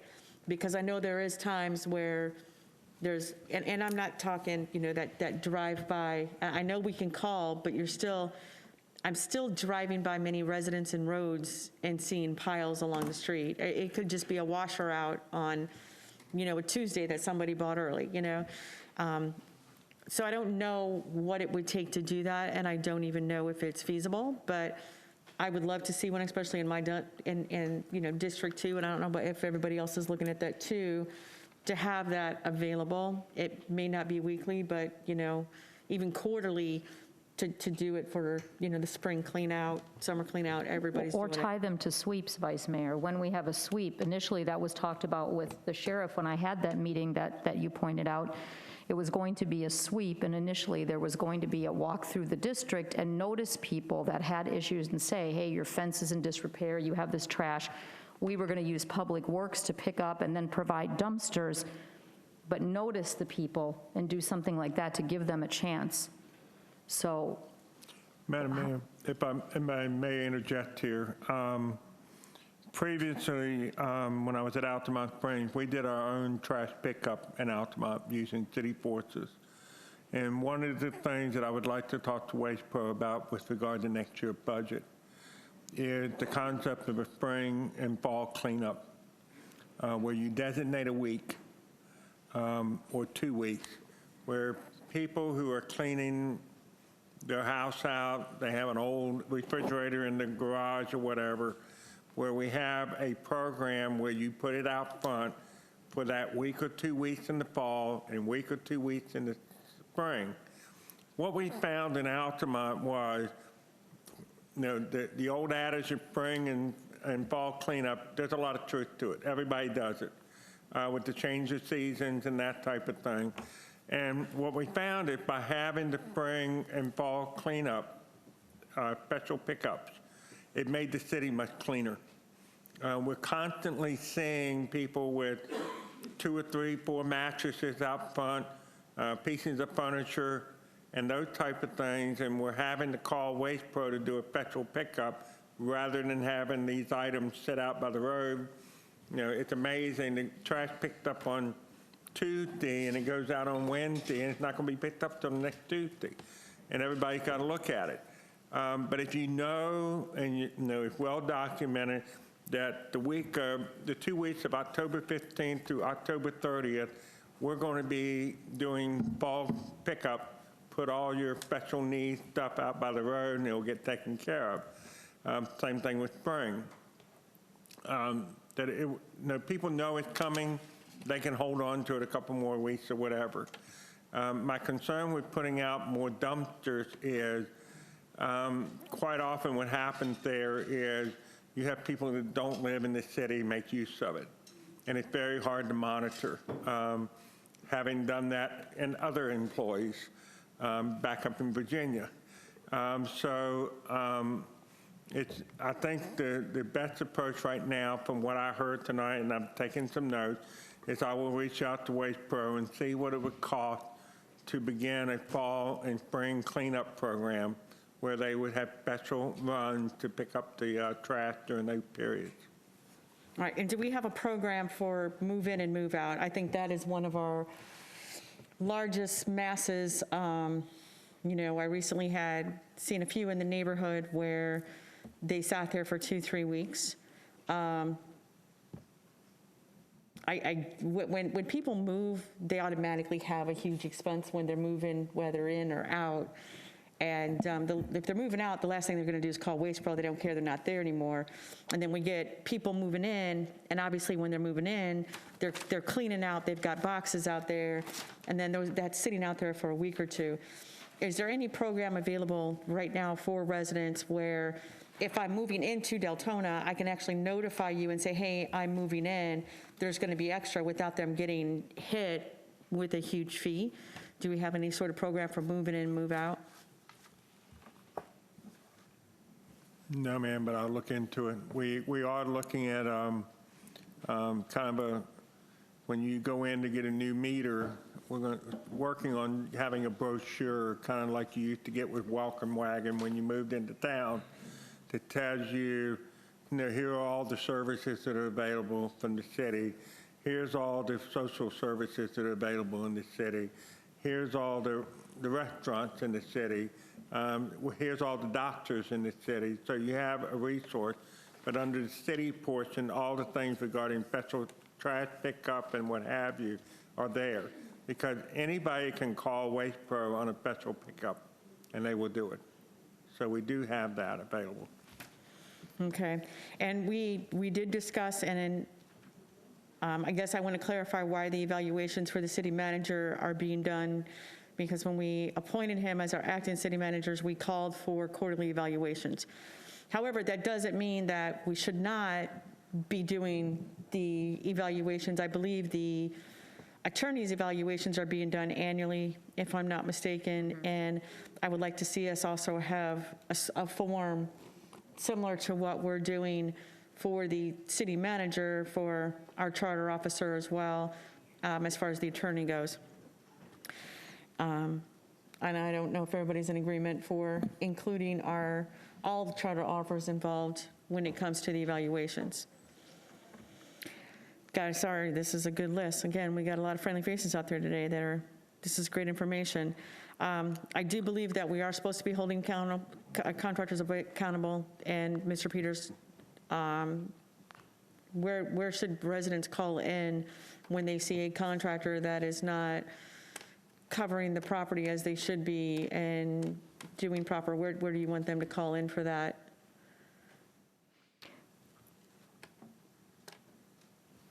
I made a note regarding the trash cleanup process. We have been more aggressive over the last 2 weeks. We've had some personnel change in building department, and we have been dealing with, Ms. Buckhead brought to my attention earlier this evening, we've had a particular contractor that's having financial issues, and there have been porta-johns that have been sitting out for about 2 years. We're getting them taken care of. One of them has already been removed, and we will be getting the one Ms. Buckhead told me about this evening taken care of. It's hard to believe that as busy as contractors are, there are contractors with financial issues, but there are. And it's creating some real challenges for us. As you know, Ms. Bradford, if you have a project that's been dormant for 6 months, your permit's gone. The question is, what do we do with the property at that point? Because, a house that is partially completed and open, it can be very detrimental to the neighborhood from a safety standpoint and what have you. So we are dealing with some of those. We've been much more aggressive over the last 2 weeks, and I think you will see some substantive changes with regard to how our building department is operating. Okay, I only have 2 more, guys, sorry. I also received a call earlier wanting to know the status of the recycle committee. I know I had brought it up 2 weeks ago. Do we still have the recycle committee? Because I believe we also had funds budgeted in that recycle committee. and we had a complete program that we were supposed to be working with our local businesses on the recycle committee. And I don't think, and I know it's because of COVID, that we haven't had any updates on that, but I would most likely think that it's time for us to get an update on that and to see where we're at with that recycle committee. With another individual bringing up ADA compliance, I'd like to make sure it was brought up last year. We were working diligently on getting everything up to speed. I'd like to make sure that we have the ordinances, we have the processes, and everything in place to make sure that we are compliant ADA-wise. Also, not quite sure. Can you help me? Why is the video not being released as far as a public records? Okay, you got two things in there that I'd like to address. First one is ADA. I did a lot of research, unfortunately, while I was on vacation. I plead guilty to working while I was on vacation. Back in 2010, there was a very significant change made to the ADA laws in the state of, in the United States. Part of that was a requirement that you have a plan in place by March 15th of 2011 as to how you were going to address your ADA deficiencies. And then by March 15th of 2012, you were supposed to be well on your way to implementing it. It saddens me to say, well, I'm happy to announce that by March 15, 2011, we did have a transition plan for ADA. It saddens me to say that we didn't follow through with it.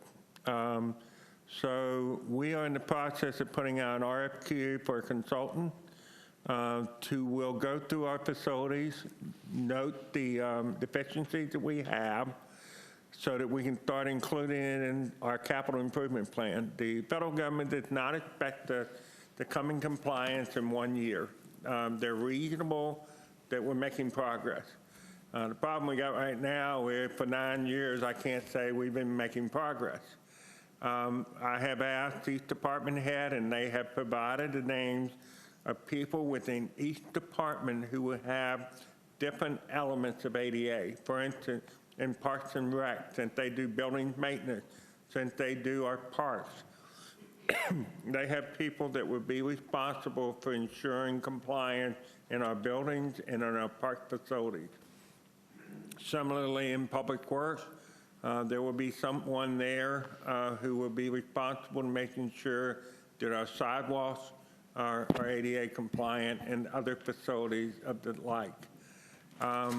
Building department will make sure that new construction meets the ADA requirement. The HR department will make sure that we meet Title I of the ADA. The part that affects us is what's called Title II. That's the government element of it. And part of Title II, which would fall under the HR director, is how we interact with the public in terms of our ADA compliance. So we have a Herculean task before us to get back on track with ADA.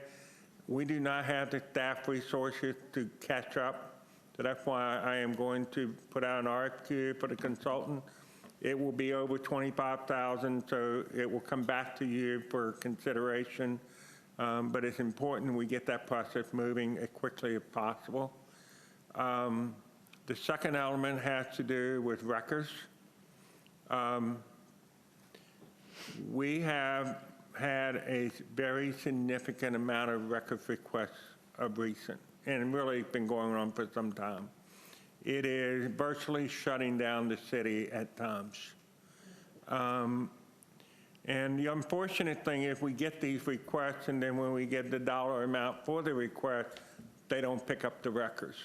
So we spend a lot of time addressing the initial request. I've had complaints with regard to certain employees not doing their job.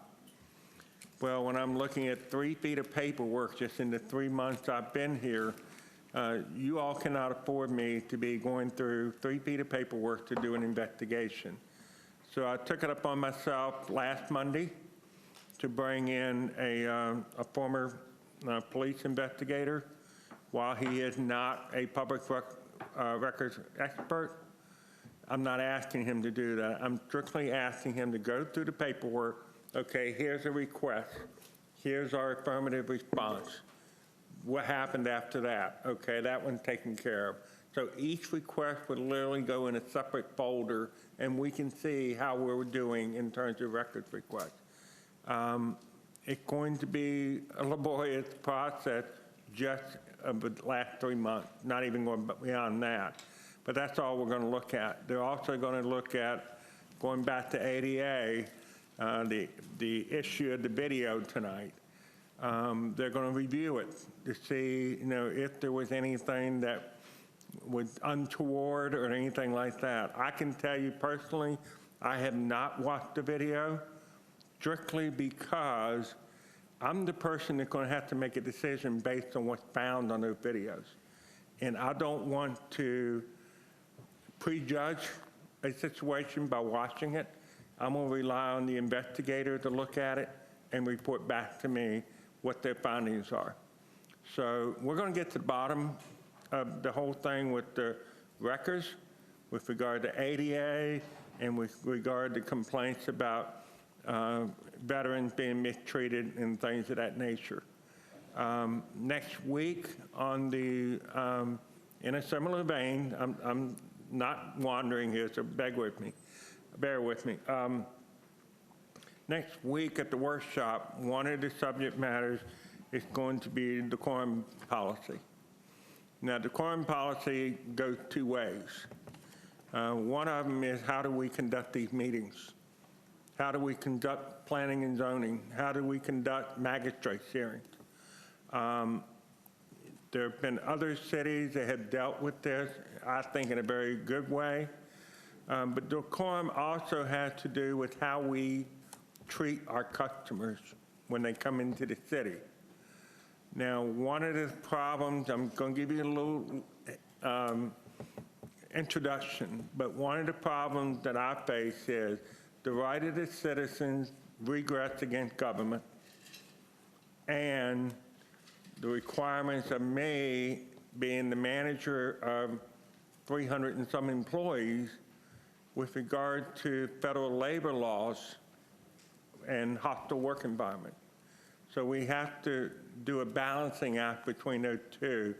We will have a presentation for you next Monday to talk about it, and hopefully we'll get some direction on how we want to proceed. In addition, next week is the charter review. We were talking about how you file your complaints against a charter officer.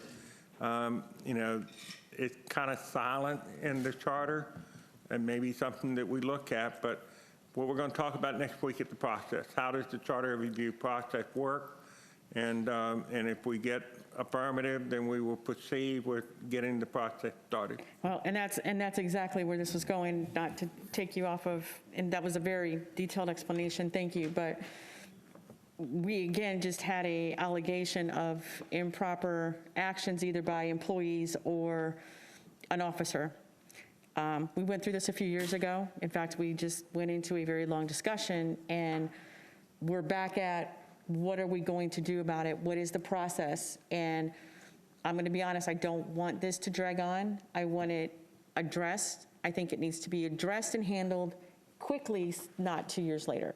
So as I appreciate the process of going over and evaluating the records request process, we were just informed that there is allegations of improper handling and conduct of a ADA.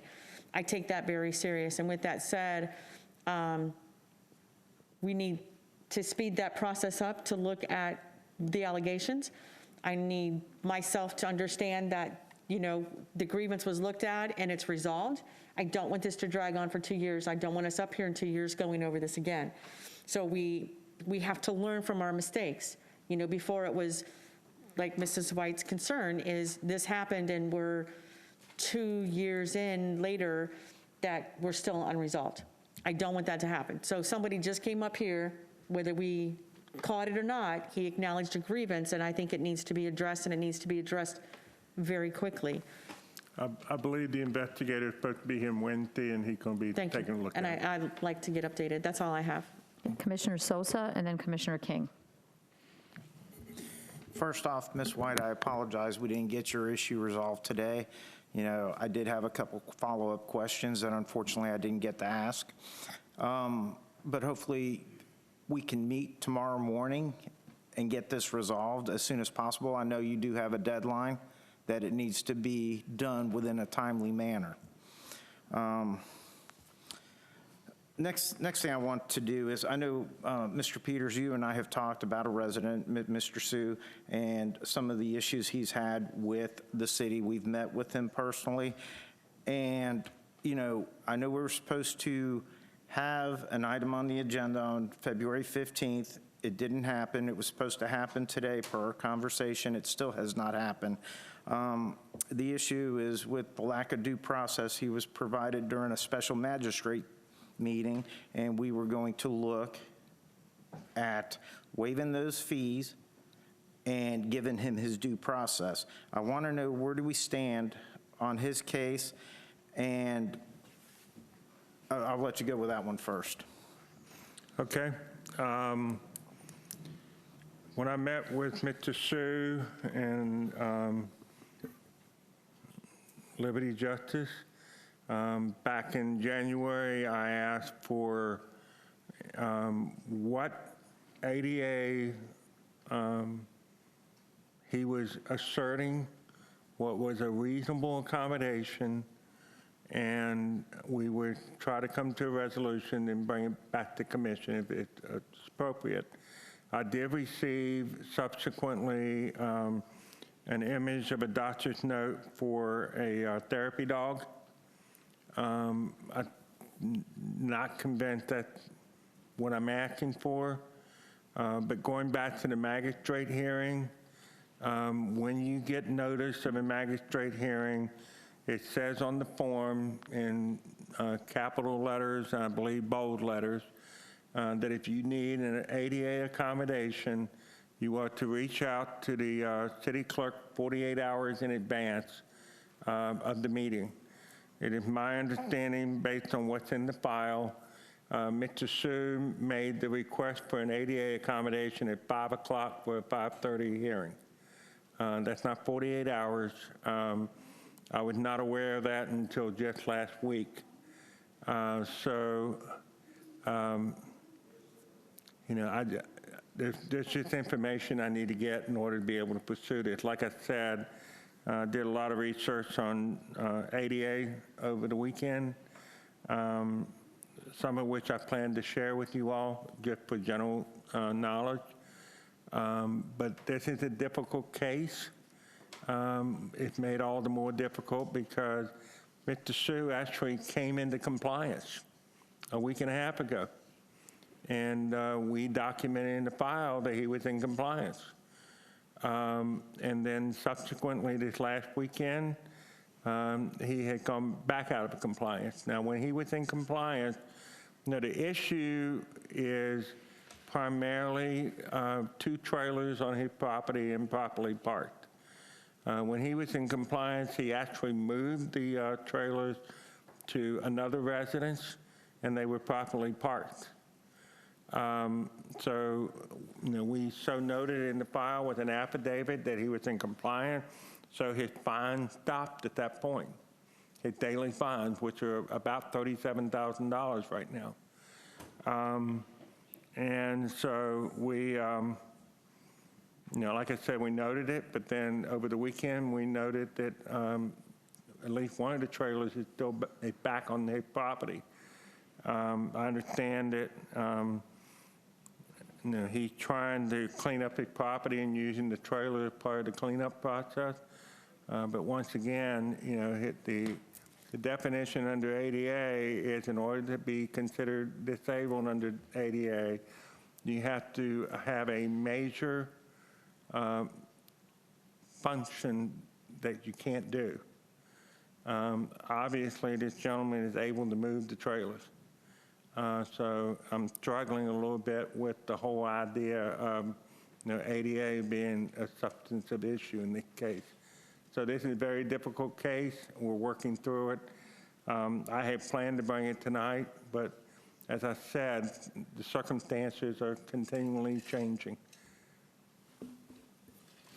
But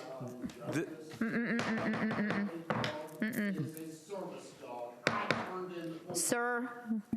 my question is, you and I talked, we agreed he was denied his due process. We should resolve that issue. He should have his turn at the special magistrate meeting. And, you know, regardless, that part should be taken care of. And then we should set up a meeting with the special magistrate, and at that point is where you come into ADA. As far as I know, ADA is more than just a physical issue. I mean, you have different, you know, different criteria for ADA, and I want to make sure that we are covering all bases of it. You know, I would like to get this resolved. I believe this started back in 2018, 2017, and it's been kicked down the road like some other issues. And I think it's time that we get some of these old issues resolved.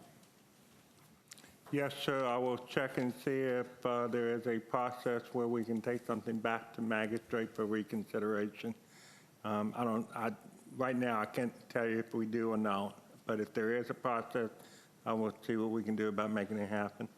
And then Mr. Sue would have an opportunity to address the magistrate with his ADA claim. Okay, I think that's reasonable.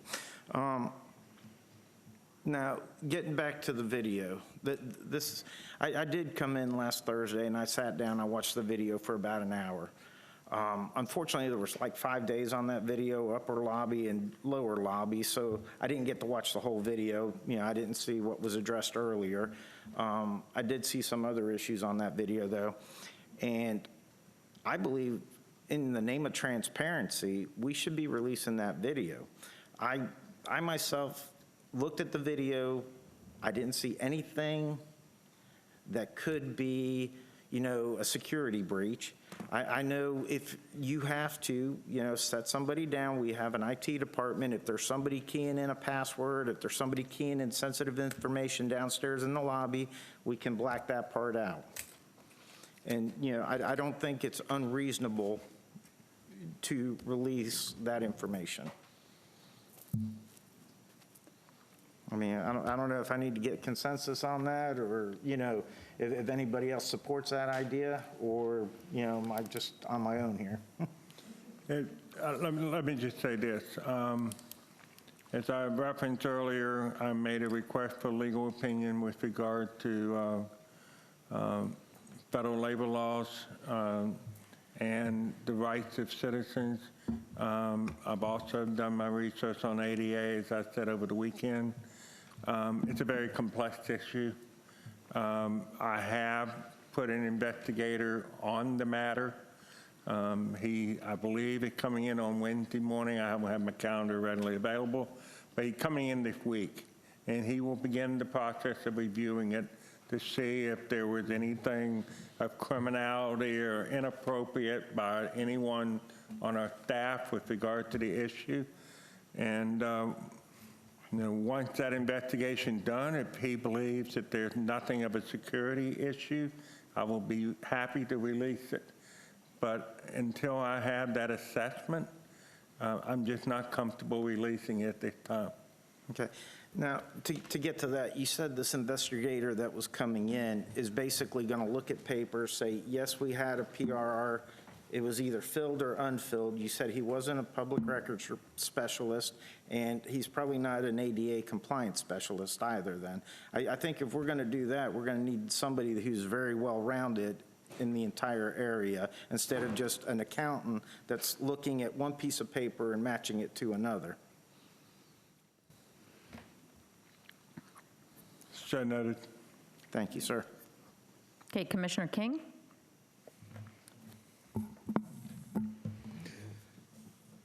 First of all, I agree with you, Commissioner Sosa. We seem to be so transparent, and all of a sudden, are we being transparent over the fact that we are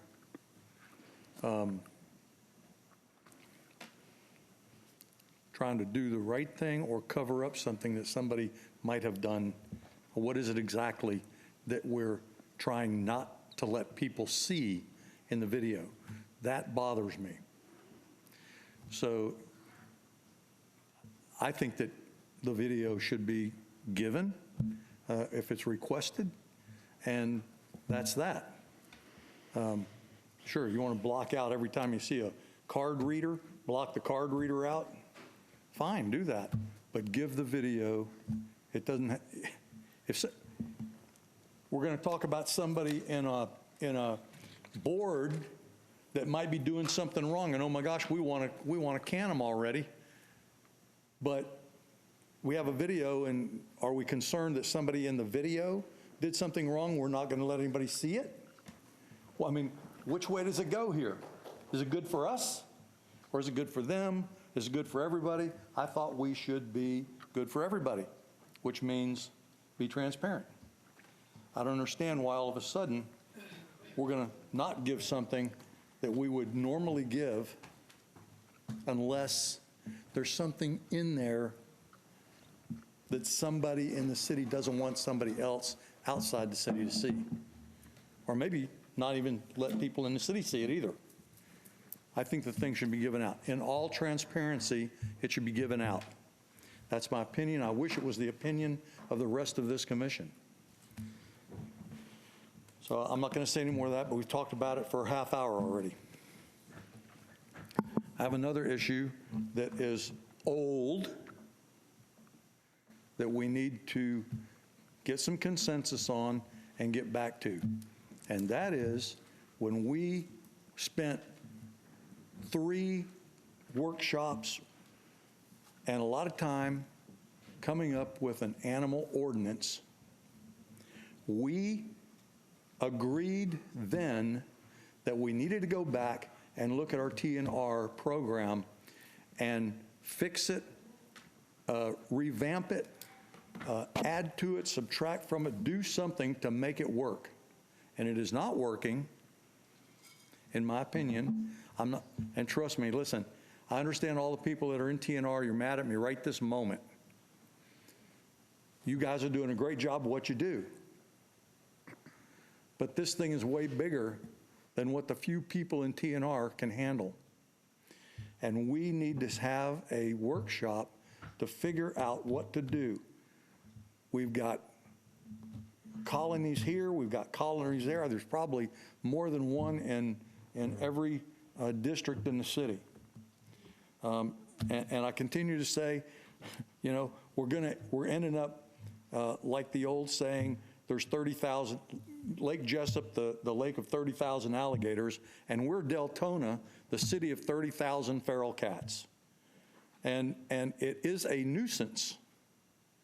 I got them in my district, other people have them in their districts, and we're just sitting back, I don't know, like this. We're not listening, we're not looking, we're not seeing it, and we're certainly not acting on it. And I would like to see the commission agree that we need to have a workshop that addresses this issue and try our best to fix it. Madam Mayor, can I respond to that? You all may not be aware of this, and I think you are aware of it because I sent out an email. We're going to do a series of workshops in each one of your districts concerning code enforcement, which includes animal control. So we will be having a series of town halls. I think we have one already set up to allow the residents to come in, speak to their concerns with regard to code enforcement and animal control. In the end, as you all know, John O'Grady is in here working already. He's interviewed, I believe, just about the entire staff already. It is moving quickly, but one of the, I think, most important elements of what we're doing is the outreach in these town halls. And John will be making a series of recommendations coming out of it, including what we do with animal control. So I just beg your patience. I know that in your opinion, this is a years-long problem. And I've only been in this seat just a hair over 3 months. So I'm working on it. I think we will have some solutions to you. And you know, we are definitely going to have the town hall meeting, and so that people have an opportunity to speak their concerns, and we will see what we can do to address the situation. Commissioner McCool and Commissioner Vasquez. I wanted to address the issue with Mr. Sue also. I have met with him, and between the PRRs, between all of the time that each of us have put in, it's a lot. There's a lot of time being spent on this subject. There's a lot of dialogue going back and forth, and I think that one of the thing is that we need a final determinant, and I understand that we're bringing someone in, right? But to put these issues to bed, because when I say that this, you said it's a specialized thing. ADA is a very specialized thing. And I will say that being on both sides of this, that there is stuff that is not understood on each side. We need a translator per se, because we have someone claiming an ADA and we don't have a clearly defined ideal. We need a letter, but what does that letter need to state? Because it's ambiguous at best what the letter says that this ADA is. I understand both sides of this, because when someone says that they are ADA, okay, I asked a person with a disability, because of the ambiguous language, what prevents 60,000 people in a city from saying that they need ADA so that they don't have to comply with our codes? What does to prevent that? And we have a job to protect all of our residents. We have a job to do what is best for our residents that have ADA, and we need help with that in the respect that when we ask for something, it needs to be clear and concise, meaning that we need to understand what that disability is so that we can conform to that. Without that understanding, we have basically a tennis match going back and forth. So to the outside, it looks like we're not doing our job trying to take care of a resident with a disability, when in fact that's BS, because we are. But if we don't have a clear understanding of what that is, we can't act upon that. We can't. It's trying to find something without a map. So I'm asking for this, that I know that everybody up here has listened to this and this request. We've spent a lot of time on it. If we need a doctor's letter, then we need to understand on both sides what this doctor letter must state. If we don't know, we need to ask someone at a federal ADA level, does it need to have the date of diagnosis? Does it need to have the doctor diagnosing? Well, of course it does. Does it need to have the institution? If we need that information, we need to understand that, because we're just going back and forth. And I will tell you, sitting here as a resident and as a city commissioner, that there are two sides to this story, and neither is going to hear all of the parts, and it's supposed to be our job to make the best decision for both city and resident. And I don't have a problem saying that.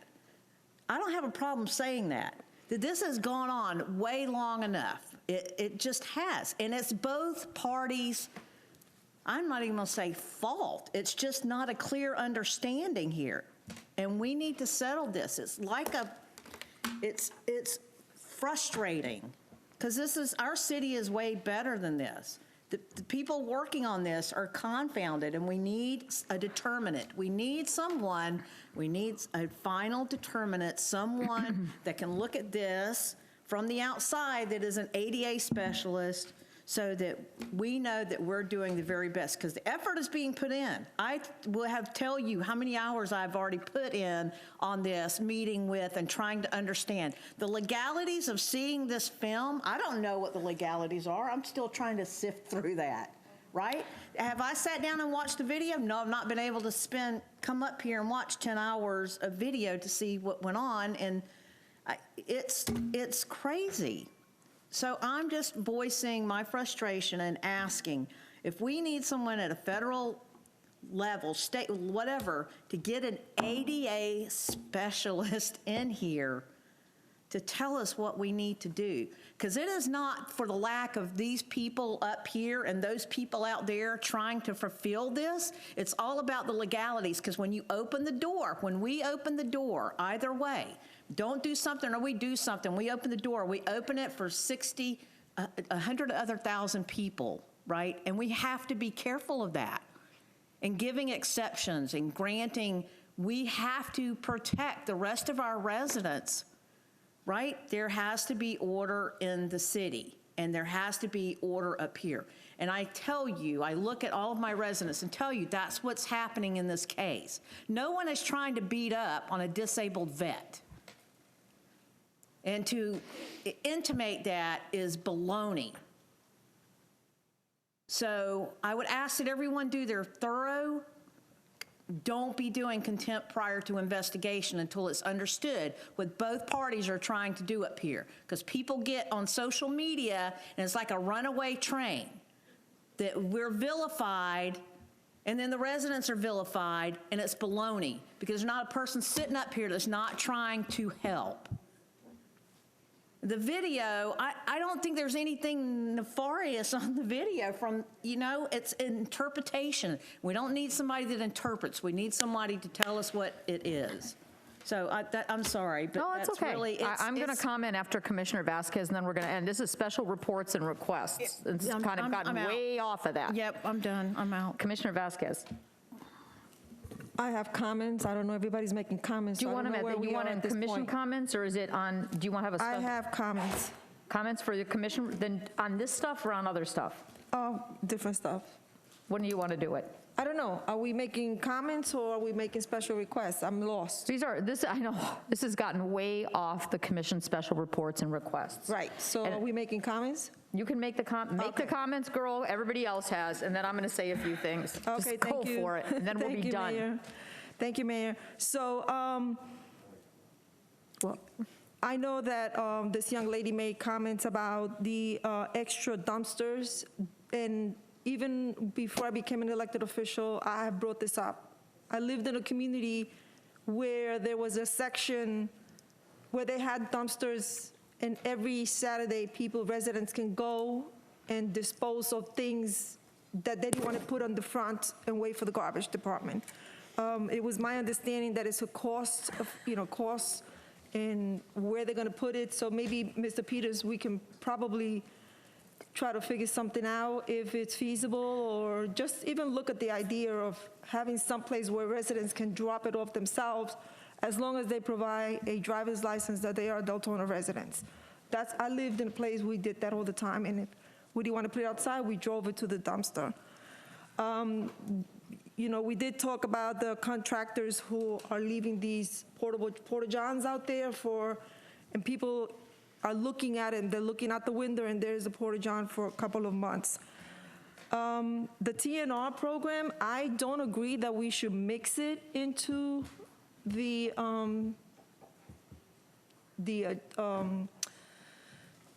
events that we're having with the town hall. Thank you, Mayor. The town hall meetings, because the TNR program can, you know, from all experience, can take a long time.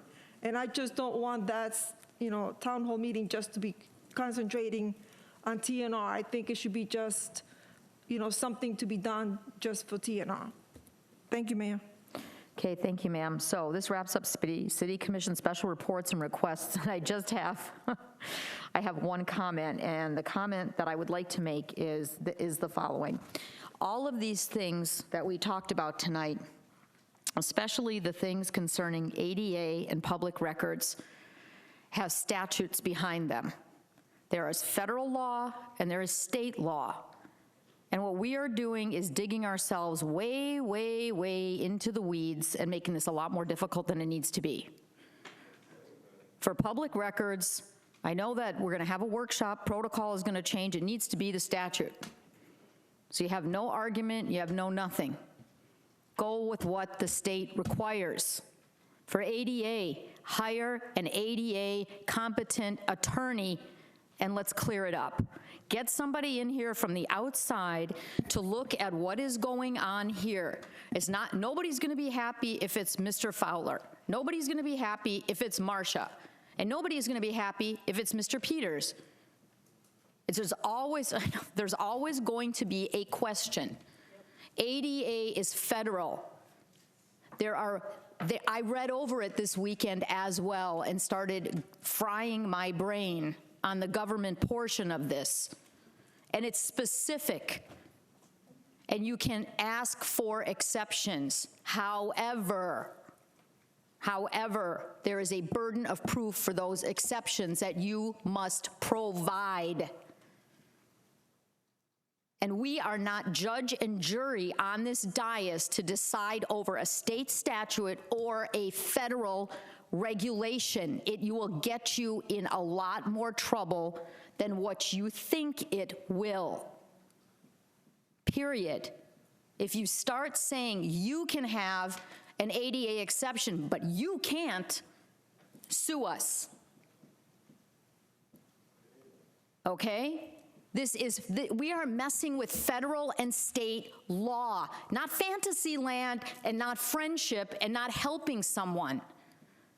Go by the law. Done. Because we've wasted how much time, and I don't call it wasted, I apologize, I don't mean it to be wasted. We have had a discussion, and not me, and I don't know if I am insulting anybody else up here by saying we are not ADA experts. Maybe some of you are, I most certainly am not. And it is not my job to say this person should get this favor and this should be redone and done this, or that person should not.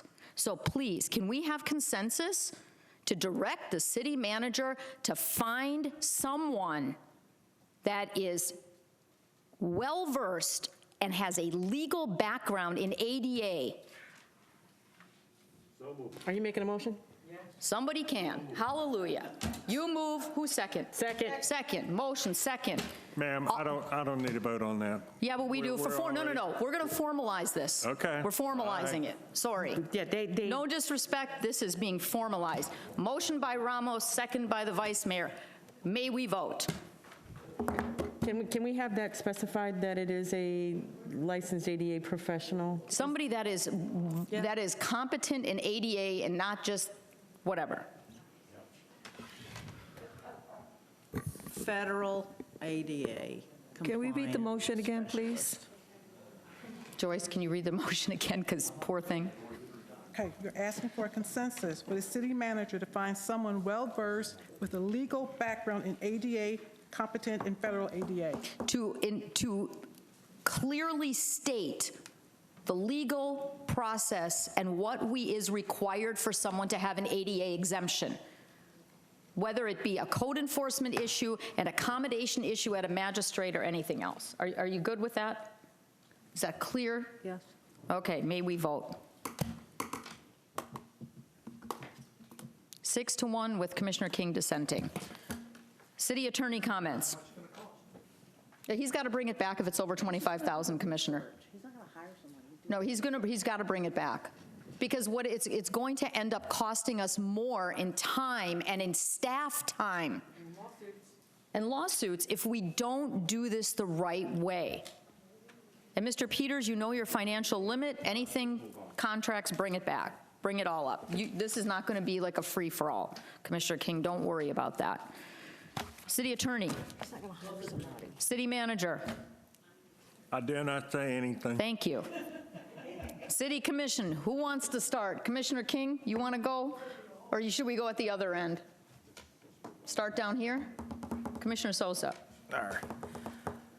I just want to say, Mr. Peters, you are absolutely correct. You have come in here in less than 3 months, and your plate, you have a big plate, and it has been piled on super high and super far and wide. I think you've done a good job overall. However, there are certain issues that you and I will totally disagree on, and, I think it's the best thing for the city to have somebody who comes in who is specialized in ADA matters to go ahead and guide us going forward. And that is it for tonight. Thank everybody for coming out. Commissioner Vasquez? Thank you, Mayor. I just want to thank everybody for coming out, and I also want to wish Dr. Cooper all the best in his new job, and thank him for everything he's done for the city. Thank you, ma'am. Commissioner Ramos, nothing? Commissioner McCool? Yes, two quick things. I would like to thank, we have in our audience some of our our community volunteers here speaking tonight. They haven't spoken what they do, but what you do is important, so thank you very much. You know who you are. You know who you are. You're out there with our residents all the time and providing narrative, for providing guidance and help, and you guys really have both hands on the plow, so thank you for that. Next shout out is, I want to give a shout out to a young lady, Sarah Webb, with Daytona Subaru Group. They collected a bunch of food and was looking for some place to put it, and we were able to direct them. Their group goes out, and part of that is they collect food. So I want to thank them, because we're hearing more and more, what can we do to help in these times? And I think that we need that to counteract bad juju. So they're doing a really great job, and I would like to give them a shout out for that. And don't litter. Don't litter. That's what I want to say. Don't litter.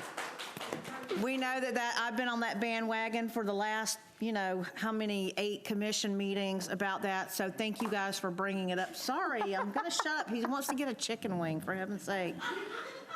But it's bad. Stop littering. Thank you. Commissioner King? Just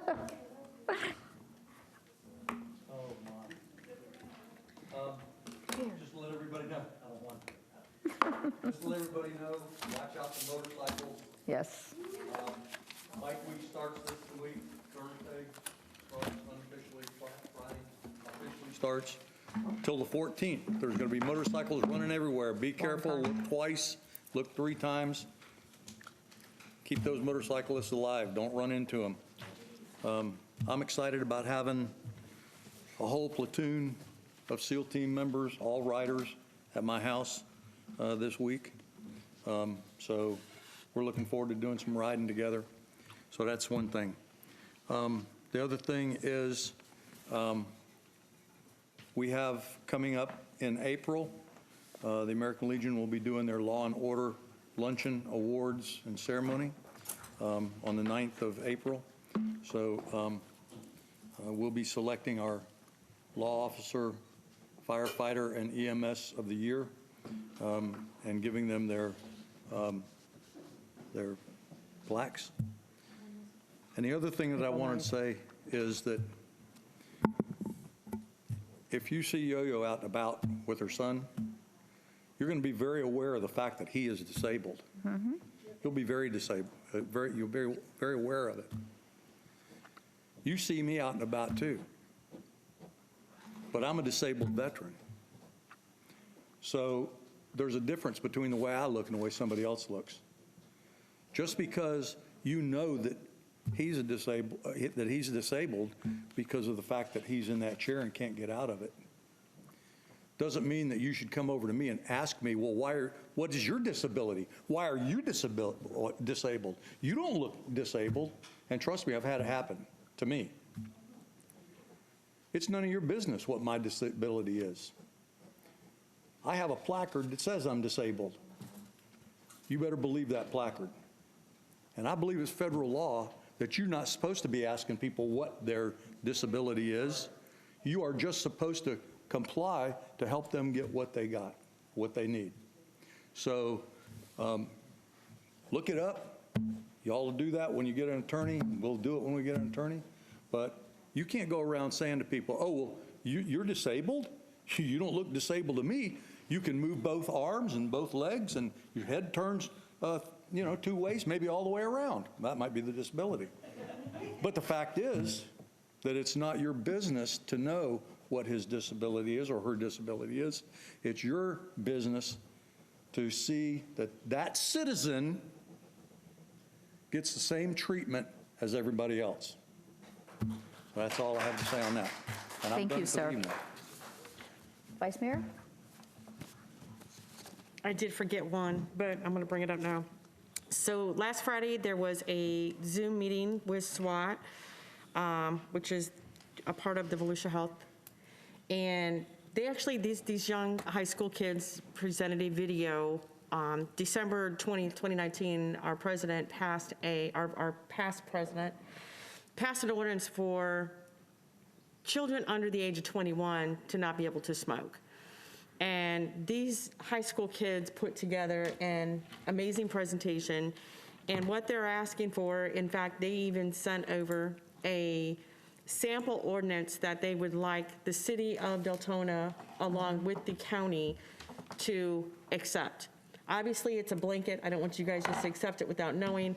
But what I'm going to do is forward this to Mr. Peters. Obviously, I cannot forward it to everybody up here, but I'm being open and honest to say I'm going to forward this to Mr. Peters so he could possibly forward it to you guys so we can look at this and actually possibly accept this ordinance. These kids went through a lot of trouble to put this together. They're very passionate about it. So just as an FYI, I'm letting y'all know I'm passing this on, and if we can, I'd like to go ahead and see about us discussing this ordinance at one of the upcoming meetings, if possible. Okay. So with that said, it's sent. And again, these kids were amazing. But I think it was a great discussion tonight. I want to tell you, I want to recap what Commissioner Sosa said. I don't think you quite understood what you were jumping into when you jumped in with this group, but you know, in 4.5 years, I have to say, I love this commission.